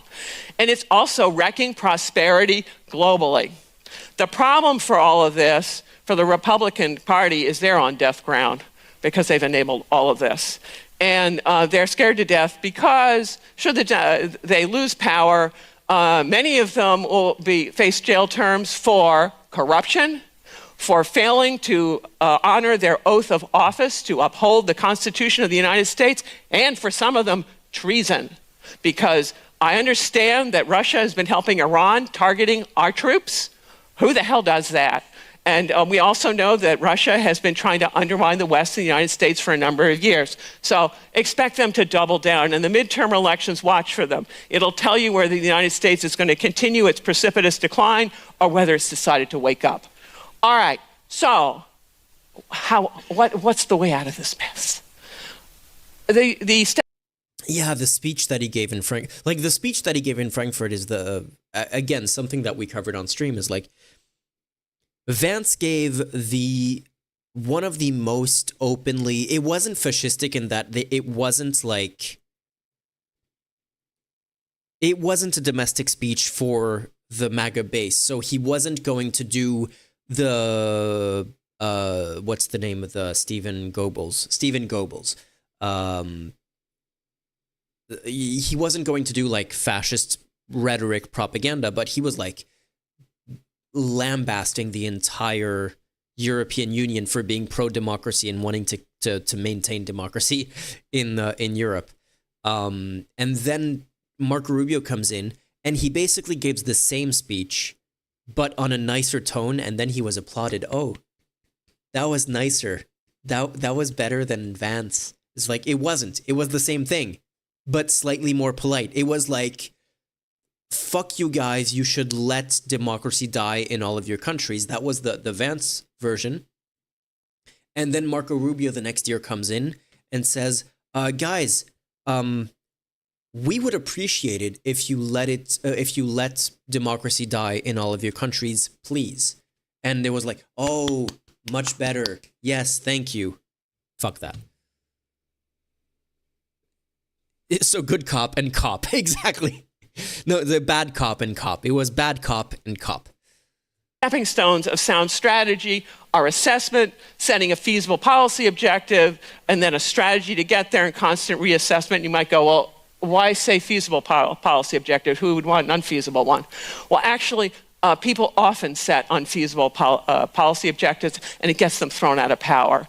And the way to get a feasible objective is you've got to do a really sound assessment. So assessment is not only, I'm going to assess my strengths and your weaknesses, that would yield a best case scenario, but also my weaknesses and your strengths, the part that the Trump administration neglected to do. So you need to make a really sound assessment of what's up and what to do. And now, the problem is we've got to reopen the Strait of Hormuz, right? That's the current issue. And the question is going to be at what point, at what cost. So that's a naval issue because it's about ships transiting a choke point that's currently under blockade. All right, let's look at the geography of NATO. Look at North America and look at Europe. Europe is one big peninsula. Both those places border on the Can I speed it up to watch other things too? Yeah, good point. Is this too fast? oceans, right? You can't blockade those places. Yeah, that's good. Blockades don't work from oceans. Very difficult, and I suspect in the age of drones it's even worse. Okay, let's check out Eurasia. Look at all the narrow seas. Narrow seas is where you blockade people. Oh, and the part that the Trump administration hasn't figured out, big ships can close narrow seas, without a doubt. They cannot open them. People on the shorelines decide whether those seas are going to open or not going to open, which is what Iran has discovered. But all of these places mean that geography is inherently contained Russia and China. And you might go, oh, but look up in the Arctic, the Barents and the Bering Sea where Russia has its big naval bases, surely that gets them out. It doesn't because no one lives up there, right? And that's not where industry is very difficult to supply in wartime. So nature has inherently contained these places, but it creates a problem for what you're going to do about Hormuz. All right, so I mentioned that we're facing challenges, I've laid them out, but there's also an opportunity. With the United States renunciation of leadership of the West, that role has come home to Europe, the inventor of the West. And you will be the leaders of the democracies going forward. I think the West is a passé term. What I use now is the democratic core of Europe, Canada, South Korea, Japan, Taiwan, New Zealand, Australia, and anyone who wants to behave and join, is you will be the leaders of streamlining and reforming existing regional and international institutions, and where if you can't do that, then creating parallel institutions eventually. Not sure how I feel about democratic core. To me, democratic core evokes imperial core, which is more apt. But it,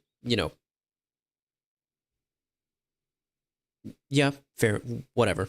To take over, because you need to leverage the existential threat that the continentalists are now Or Oman, after just allowing Iran to close Hormuz, mate, I'm just watching IMPs. Yeah, no, definitely. It is funny that Oman wasn't really consulted in all of the Hormuz negotiations, and like Iran saying, oh, we will ask for a toll for ships to go through. Like, does Oman get to collect part of that income as well? to return us to the spheres of influence. We're all going to kill each other, world order, which most tragically, the real estate mogul in chief.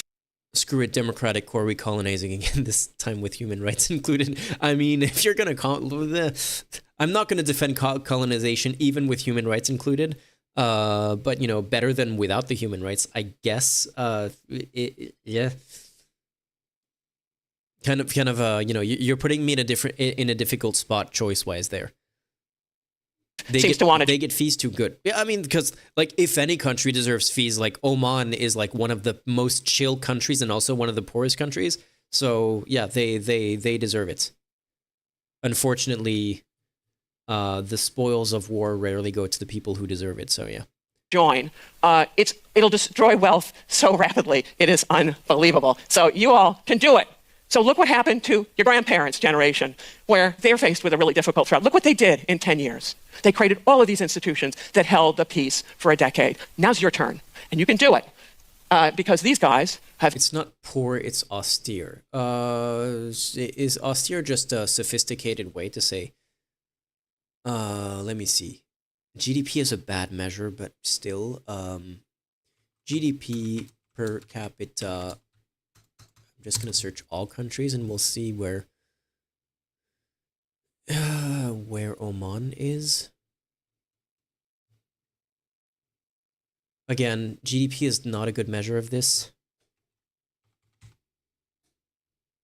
Oman is 56th.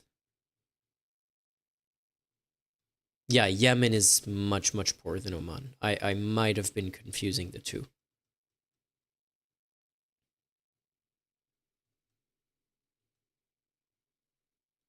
Yeah, fair enough. Monaco at the top, Monaco with all of its 12 inhabitants, who are all billionaires. doesn't even have an IMF estimate.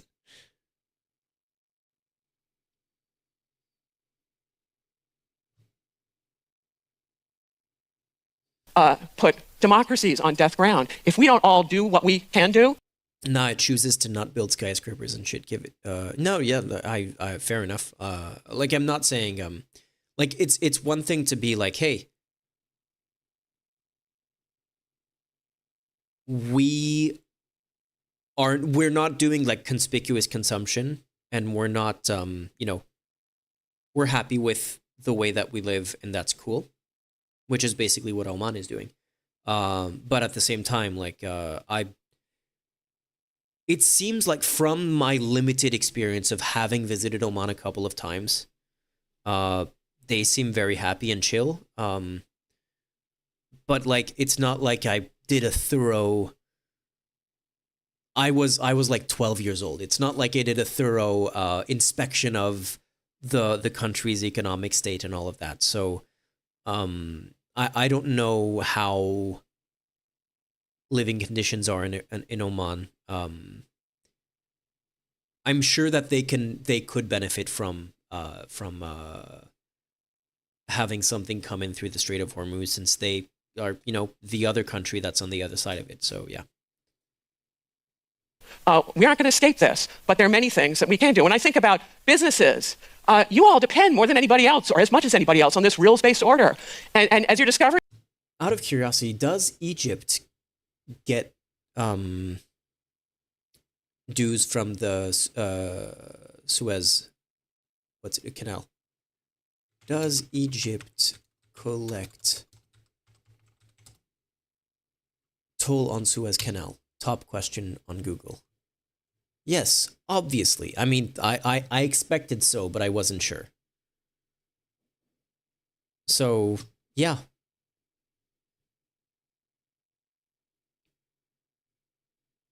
Is there any information on how much? Okay, I don't want to spend too much on this because it would be nice to watch something else. as it falls apart, like the rules about freedom of navigation. That's the current mess, that people aren't following those. And think about it, if the rules are gone, who's going to enforce your contracts without the rules? Who's going to prevent people from expropriating your assets? You're going to have to be running around with a suitcase full of cash to go bribe people and hire your own mercenary armies. It's incredibly inefficient. So all of us must do what we can to prevent this outcome. And there are plenty of smart people in Europe to do this. So look at me. I'm a nobody. I don't know how I wound up here, but here I am, right? I'm just a retired professor. I got a few concepts I've done my best to give them to you. Think about you. You have global connections. You can make a huge difference. If we don't all do everything that we can do, and if the continentalists win, it will be regrettable. Think of what happens to independent-minded businessmen in continental states. In Russia, they fly up. If canals are man-made, you can get dues, but natural ones no, which I think is stupid, mostly because I benefit from. I think it's kind of stupid too, because I'm pretty sure that if it's a strait, like it feels like it's a rule that they kind of arbitrarily put there because they don't want to have to pay too much. But if you were to extend that to other things like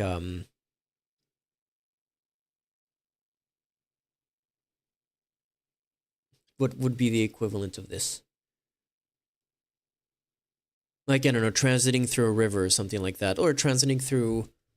I mean, I guess yeah, like you have to pay dues to go into a port, but the port is man-made. Okay, fair enough. It mostly sounds like something that was decided arbitrarily just so that to minimize the amounts paid by the countries of destination where the goods are going to.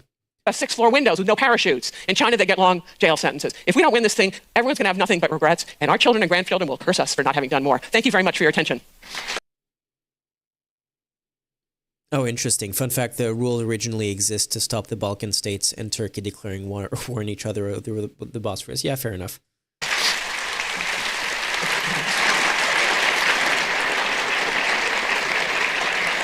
Back on the stage, I have a few questions for you. Thank you so much. I tried to escape. Yeah, I saw that. Yeah. I have a few questions about Norway, but I would like to start with Europe, because you argue that leadership in the West is shifting back to Europe as the US steps back. My question is Europe actually ready to take on that role? Are you trying to tell me Europe suffers for lack of smart people? I mean, give me a break. You have plenty of smart people. And I think about how much you've done in the last 2 years. It's breathtaking. History's moving really, really fast. Okay, this take might be optimistic, but I agree with it. The idea that so the pessimistic take from a European perspective is that the US's collapse leads to mostly the rise of China, but also Russia is playing a bigger role, and possibly like the instability from the dominating empire losing grip on power. Kind of like what happened before World War I with the British Empire, leads to the instability in like challenging countries. Blah blah blah. Dominoes falling. World War. I will continue to be a champion of like the idealistic version of the European Union, not the we are purely a trade and economic bloc, but the hey, we are a trade and economic bloc that tries to have basic standards for human rights and democracy, and we're gonna try to make that. We're gonna try to foster an environment where it's beneficial to have human rights and democracy, and I hope that the US's inevitable collapse will lead to Europe doing a better job at kind of reasserting itself and being again like the voice for the voice for the peace dividend, but a just peace dividends this time is what I hope for. So that would be nice if that's the democratic core argument, then okay, I'm in favor of that. But I also think that's probably too optimistic. In the same way that what I was saying earlier in the stream about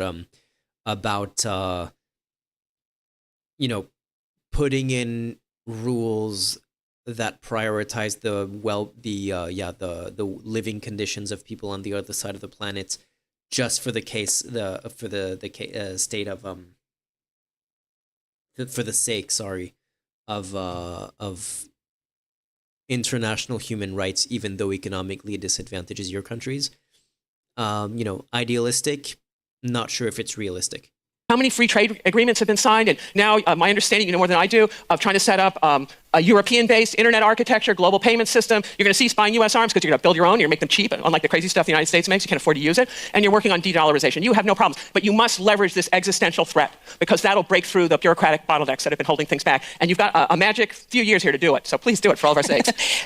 Looking at a country like Norway, we are a small, wealthy economy that depends on the world around us. What are the biggest mistakes we risk making right now? It's such a joke. I'm a professor telling you anything. But anyway, look at the United States as a negative example about what not to do. You need allies, you need friends, and you need to get, what are institutions? They're not buildings, they're about people who organize themselves to deal with a certain set of problems. If you're in the aluminum industry, I presume it has to do with aluminum, but if you're in other things, so make good institutions so that you are powerful together, so that together you'll be more powerful than alone. And Norway, my impression is that many of the countries around the Baltic Sea have been organizing together and very thoughtful. Keep going.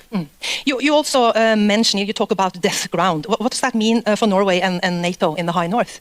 Death ground means someone wants to come in and kill you. I believe that's what Vladimir Putin, if he had his dreams, right? And then we have crazy stuff coming out of Washington. I get it, China's a long way away, but it may well try to kill your industry, right? So other people do this to you, and then either you can sit around and do nothing, and they will come and eat your market share or whatever it is, or you can do something about it. So you have previous generations. I just listed what they did. Why can't you do better? You have better educations than they were ever had, right? So now is your time. But what should we do? Or organize. Well, you could, in the business community, you must know everybody. Talk to people about what you can do, what needs to be done. Talk sense to your American counterparts to tell, there's a real key, stop funding continentalists anywhere. They're dangerous. Sure, operationally, somebody you might care about gets into political power. That's ruinous if it destroys the prosperity and security of your children. What's a continentalist? Continentalist.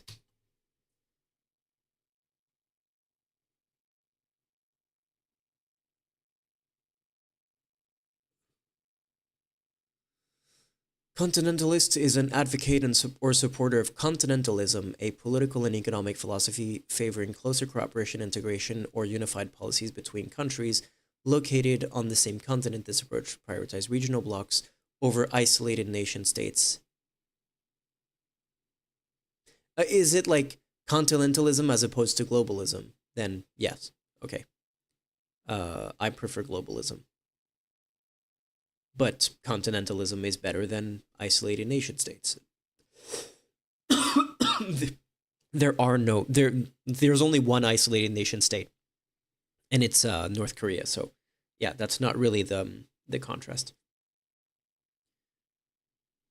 She talks everywhere about maritime powers and continental powers. Okay, good to know. No. And finally, what is the one advice you could give to the leaders in this room? As you just Right. said, they have connections, they know someone. Lead, right? This is your moment of not sitting back. I've tried to give you some concepts to organize thoughts, but you have plenty of smart people. This war, this Operation Epic Blunder, leverage it. It's such a disaster, but get a silver lining out of that cloud to get really good institutions that are going to protect Europe. You can do it, and the United States needs to come back to where it belongs, but it's unclear. We'll watch how the elections go. Yeah, my number one advice would be divest from U.S. infrastructure and technology and software and all of that. Have your own independent tech infrastructure and infrastructure in general. Okay, we're basically at the end of the video. We're good.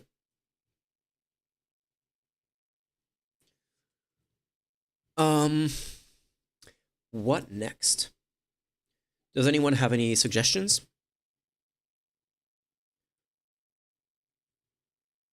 I wanted to maybe look at something about the, what's it called? Super El Nino. But I need something relatively short. So yeah, this is the thing that I wanted to talk about earlier, but I didn't, I kind of forgot. I had something very, very cool. Trying to look for a video at the same time. I had something very, very cool materialized out of nowhere in the last 2 days. In the last 24 hours, basically.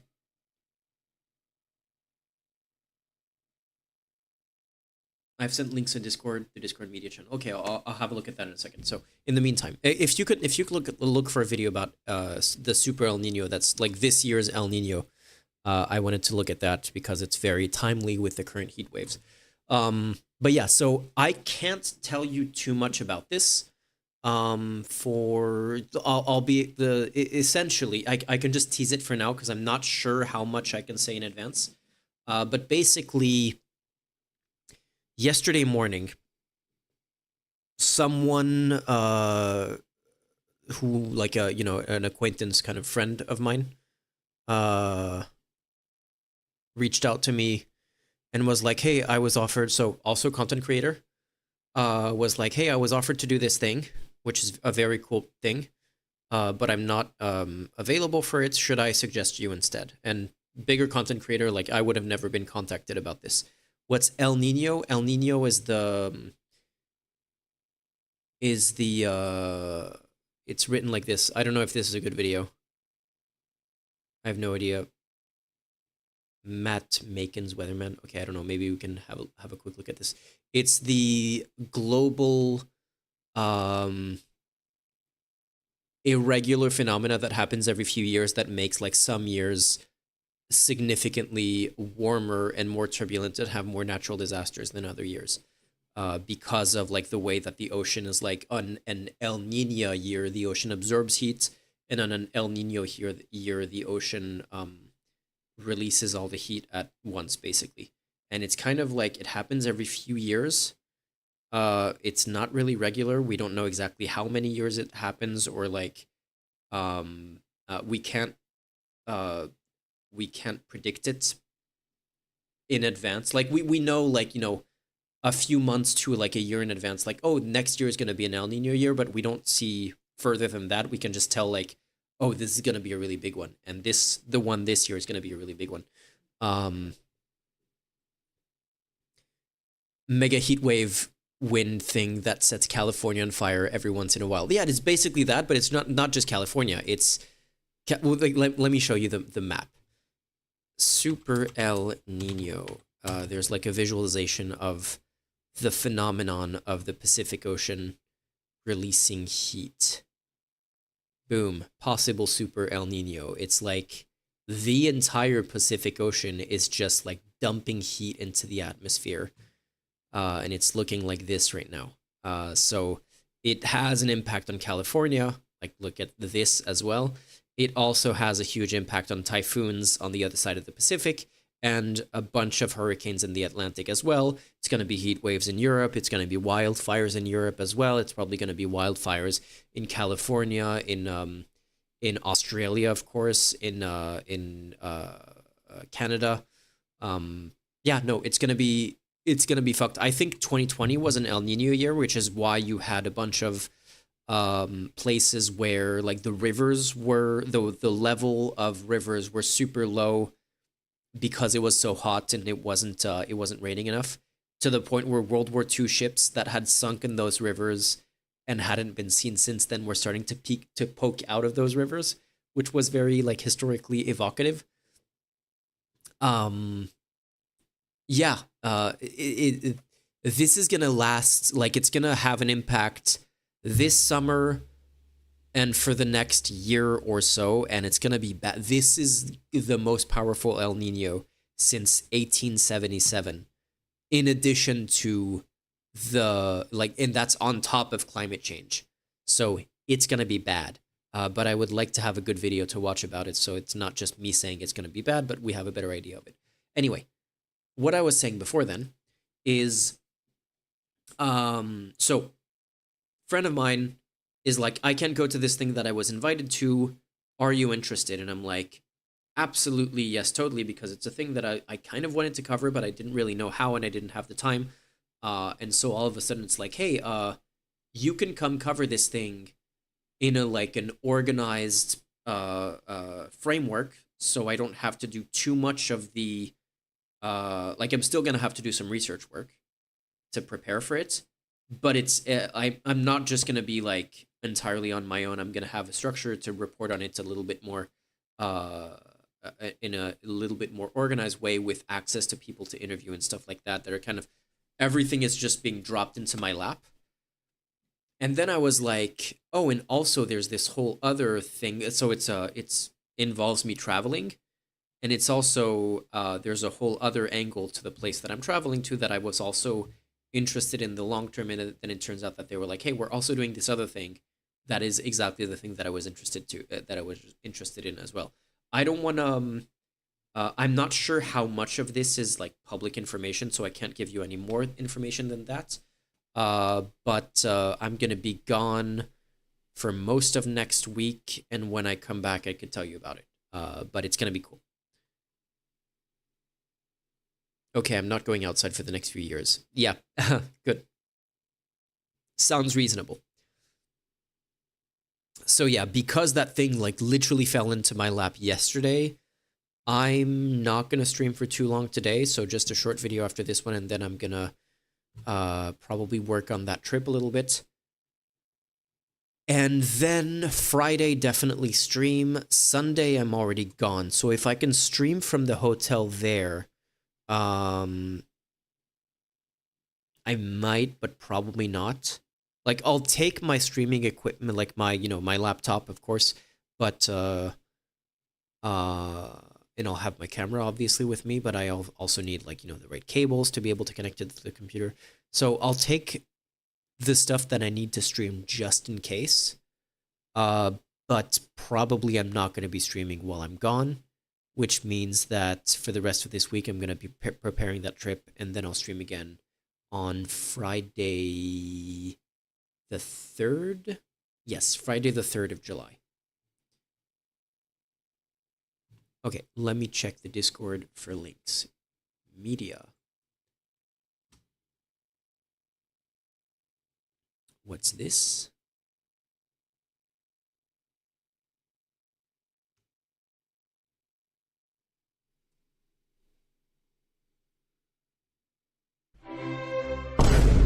I do want to share this beautiful...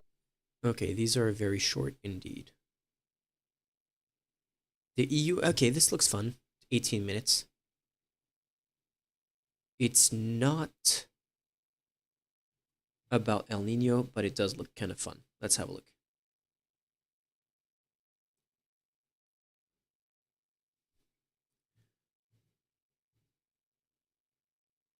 This video is about the European Union. Oh, is this what's his name? Kraut. Okay, I know this guy. I don't know him. I know of this guy. Okay.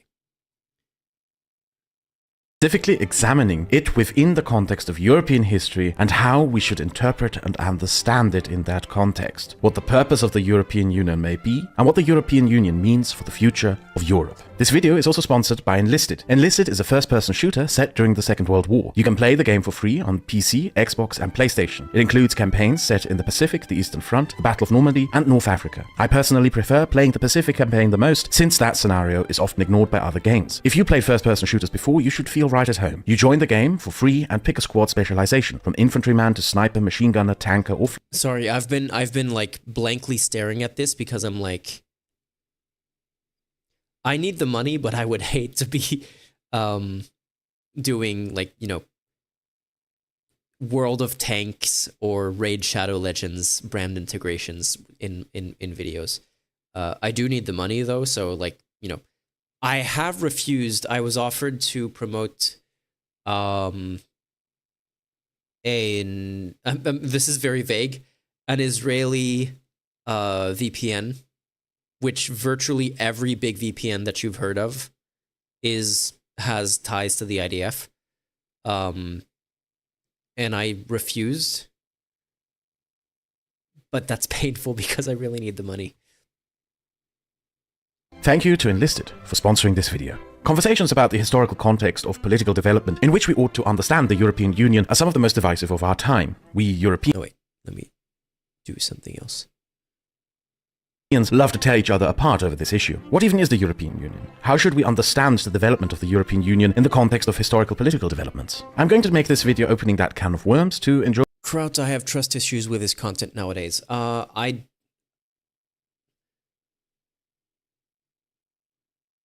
Can you elaborate? I don't want to say anything too early. No, not Proton is not a VPN company. Proton happens to have a VPN, which is nice, but Proton is not a VPN company. But that's the thing is like I used to have a VPN, which was one of the big ones that everyone knows. And when I got a Proton account, I was very happy that it came with a VPN so that I can get rid of my old VPN. That's one of the reasons why the fact that Proton was my first sponsor was like, I was so happy with that. Because like I said, my number one advice would be divest from US tech as if you're in Europe. And Proton is Swiss. It's not European Union, but it is European. And it also has a bunch of services that you know, it has an entire Google suite, which is really nice. It's not a Google suite, it's the Proton suite, but it has like Proton Docs and Proton Sheets and all of that stuff. It has the equivalent of Google Meets. It doesn't have a messenger, but I guess like Signal. Signal is American, but yeah. No, yeah, like Proton. So happy that they sponsored the channel for one video. Very disappointed that that video did very poorly, which is really bad for, you know, future sponsorship opportunities. But I was very happy to have them as a sponsor because, of all the sponsors that I could get, that was one where I was like, oh, I actually like this brand. This wouldn't be a sponsorship where I'm like gritting my teeth. Whereas if I got like Raid Shadow Legends, I need the money. I would probably do it. There's not like a big, huge conflict of interest that would make me feel bad, but I would cringe doing a Raid Shadow Legends brand integration, which guarantees that I will never get a Raid Shadow Legends brand integration now that I've said that out loud on stream. Hopefully they don't see this. But yeah, it would make me cringe. Proton, I had no cringe whatsoever because I would actually recommend that even if they didn't pay me. I just happened to get some money out of the recommendation, which was nice. The VPN company having ties to Israel makes me nervous. Yeah, it sucks. It really sucks. Get Proton. Proton is a great service to have, and you get a VPN along with the rest of the stuff. And even with that, if you get like a professional Proton account, I'm pretty sure the cheaper accounts that you get for Proton. Like you can get a Proton account for free. I'm not sure if you get the VPN for free. I don't think you do. But if you get one of the cheaper accounts, it does come with the VPN. And I'm pretty sure that those subscriptions are cheaper than the big VPN companies. It's just that the VPN that you get from the Proton account is like a side thing, in addition to all of the other, nice things that you get with Proton, which is like the encrypted email and the suite and like the encrypted equivalent to Google Meets and all of that, and the fact that you are now not completely independent from US tech, because like Google owns YouTube. It's not like you're not gonna have a YouTube account or stuff like that. Amazon owns Twitch. So like we are all going to be slaves to US tech forever. But if you can have like your vital personal infrastructure, like your personal email, be outside of the US ecosystem, then that's a very good thing. You even have free VPN, but not allowed to select your VPN location, etc. Okay, that's too bad. I mean, it's nice that you have a free VPN, but like the good thing about a VPN is to be able to select your location.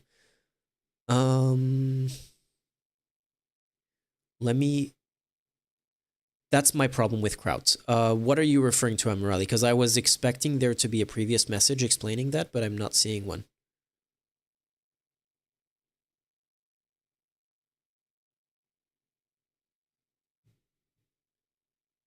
The circus and See you later, Triumph. chaos that will evidently result in the comment sections. One of the most insightful perspectives I ever got on what the European Union may be is from a conversation I had with a viewer from China in my Discord server. He told me that from his perspective of interpreting history as a Chinese national, the worst thing that ever happened to Europe was the collapse of the Roman Empire. He draws parallels between the history of Rome and the histories of the Qin and Han dynasties. Both set out on the task of unifying their regions and binding a patchwork of cultures together under a civilization state. But whereas the Qin and Han succeeded in creating the foundations of a Chinese civilization state, the Romans failed. For centuries to come, different Europeans would desperately try to revive the project of the European civilization state, to create a middle kingdom of Europe of sorts, but all of them failed. Instead, Europe became a place of deep divisions which undermined the creation of a unified European civilizational polity, and it instead created nations. They expanded outside of Europe by imperialism, in attempt to collect the resources needed to unite Europe. By mistake, created American civilization, and exported their systems of ethnic and religious political divisions to places like Africa and Asia. This European imperialism ultimately failed, and the European Union, from his perspective, is the latest attempt to finalize and create a post-imperial unified European civilizational state. Okay, interesting take. I don't disagree with this. I just like that. I mostly like the way that the European Union is doing it, though. Explained that to him and to many of his Chinese compatriots, the European Union is viewed favorably. For if it would come to be as a civilizational polity that you... Like, of all the ways that you can create a, I guess, like a multi-country... I guess you could call it a civilizational contract as opposed to like a social contract, like, you know, wider than just within an individual community. If you're going to organize that around democracy and human rights, in the case of the European Union, it's also like, you know, trade and capitalism and all of that. But, you know, the more we emphasize the democracy and human rights thing, the happier I am. And when it comes to like the trade and capitalism part, a large part of that is also like getting rid of predatory trade practices, which, you know, nice too. That's a pretty good way of doing it, as far as I'm concerned. It's kind of like, you know, the early ideals of the United States. If you ignore all the slavery and all of the other horrible stuff and the genocide of the Native Americans and all of the other stuff that were happening, the stuff that they were proud of and put in their documents in terms of like, you know, we the people, Declaration of Independence and all, like a lot of that was like cool ideals. It's just that it's just that all of the side dishes that came with the democratic ideals were kind of rotten. You know, the slavery and genocide of the Native Americans and the general state of the United States today, at the end of 250 years of trying to do that in a good way. And it's not like you can argue that it turned out really well. Anyway. Oh my god, it deletes it because it's so fucked up. Oh wait, you mean your comment got deleted? Yeah, sorry about that. Multi-ethnic country like Iran, China, etc. Yeah, but I mean, there's a lot of. I'm not a China apologist. So I don't know enough about Iran to judge how Iran handles this. But China does not handle the multi-ethnic part of its multi-ethnic country very well. It's very much a Han supremacist country where it allows other ethnicities to exist to some extent, Uyghurs, but it's always like China is one country that has one language and it tries to erase other cultures and other languages, Tibet, all of that. Like there's a lot of issues in the way that China's trying to do it. Like it's not really trying to do its multi-ethnic country. It's very much trying to do a Han supremacist country. Swiss does good. As far as I know, Switzerland is a pretty good example of handling like multiple languages and all of that. Switzerland is also like a much smaller country, so it's difficult to compare Switzerland to China, considering the scale is a pretty big difference. It makes a huge difference in the implementation. Unifies Europe, they believe that its emphasis on social democracy and regulated markets over the ruthless capitalism of the United States will lead to a split between the two and thereby further the creation of a multipolar world. Now, I do not agree with our Chinese viewer. In particular, his concept of civilization and his geopolitical biases are also very clear. But nonetheless, I find it very interesting and worth presenting. It certainly is an interesting perspective on how European imperialism came to be, but it also gives a twist on a popular way of interpreting history. In essence, road to accomplishing what we Chinese accomplished 3,000 years before you, and we welcome your progress. Now, I disagree with this narrative, but there is one thing in particular. Yeah, I agree with Kraut so far. It kind of like basically it feels like you're doing what China did so well, and you cultural differences within the EU than there is within China. Going back to what I was saying earlier. Regarding European political development, on which our Chinese friend is in my opinion correct. The European Union is a post-imperial political project. A project that not only strives to overcome conflict among nation states, but a project that seeks to build an alternative to imperialism. Overcoming conflict between nation states is one of the main stated goals of the European political project. The common fiction that many Europeans tell themselves to be the foundation of the European Union is the myth of the state that learned from history. True. The interwar period was not an era of peace. In fact, this era contains the most wars fought in Europe during the 20th century. The Soviet invasion of Georgia, the Soviet invasion of Armenia, the Soviet invasion of Azerbaijan, the Soviet invasion of Ukraine, the first Soviet invasion of Poland, the first Soviet invasion of Finland, the first Soviet invasion of Estonia, the first Soviet invasion of Lithuania, and the first Soviet invasion of Latvia. What these wars, almost all involving the Soviet Union, show us is that the death of Central European and Eastern European traditional empires almost instantly resulted in the re-emergence of new European empires to take their place. Especially the early 1920s saw an extremely aggressive new Soviet empire attempting to conquer and subjugate much of Eastern Europe. Now, to be fair, right-wing historians Okay, I'll have a look at your comment in Discord afterwards. Acknowledge this, and they describe communism as an attempt at eradication of the nation-state by a new form of imperialism. However, here is something that far-right historians often tend to ignore. The Polish-Ukrainian War, the Georgian-Armenian War, the Georgian-Turkish War, the Armenian-Azerbaijani War, the Greek-Turkish War, the Polish-Lithuanian War, the Hungarian-Romanian War, the Hungarian-Czechoslovak War, the Greek-Bulgarian War, and the Czechoslovak-Polish War. Wait, do you consider Armenia and Azerbaijan to be part of Europe? I would not have...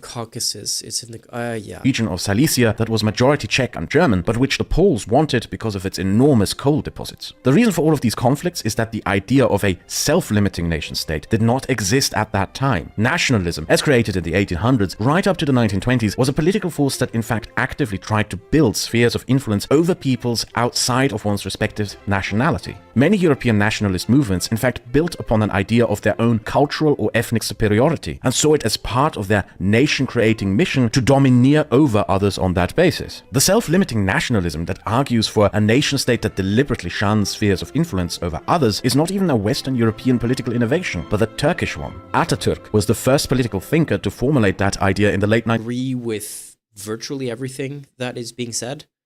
Like whatever I would like to say would be like super minor nitpicks that are not really relevant, kind of like, is Armenia part of Europe? And two, he knows a lot more than me, so whatever I might... Aspect and purpose of the European Union and of modern European politics. Hey,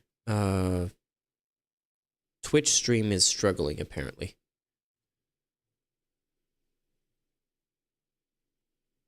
Reconciliation. In 1980, Stream is dead. Yeah, I think the stream is dead.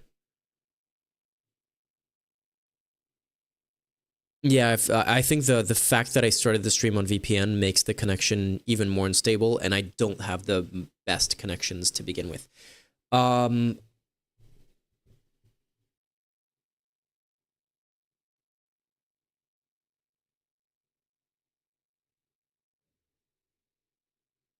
Yeah, I understand why you weren't able to post that as a comment on YouTube, Amirali. I didn't know Kraut's position on... Hopefully, the internet connection can come back just long enough for me to say bye. Testing 1 2. Am I back? Can people the people still watching send a comment so I can see if I'm saying bye to actual human beings or just speaking into the void?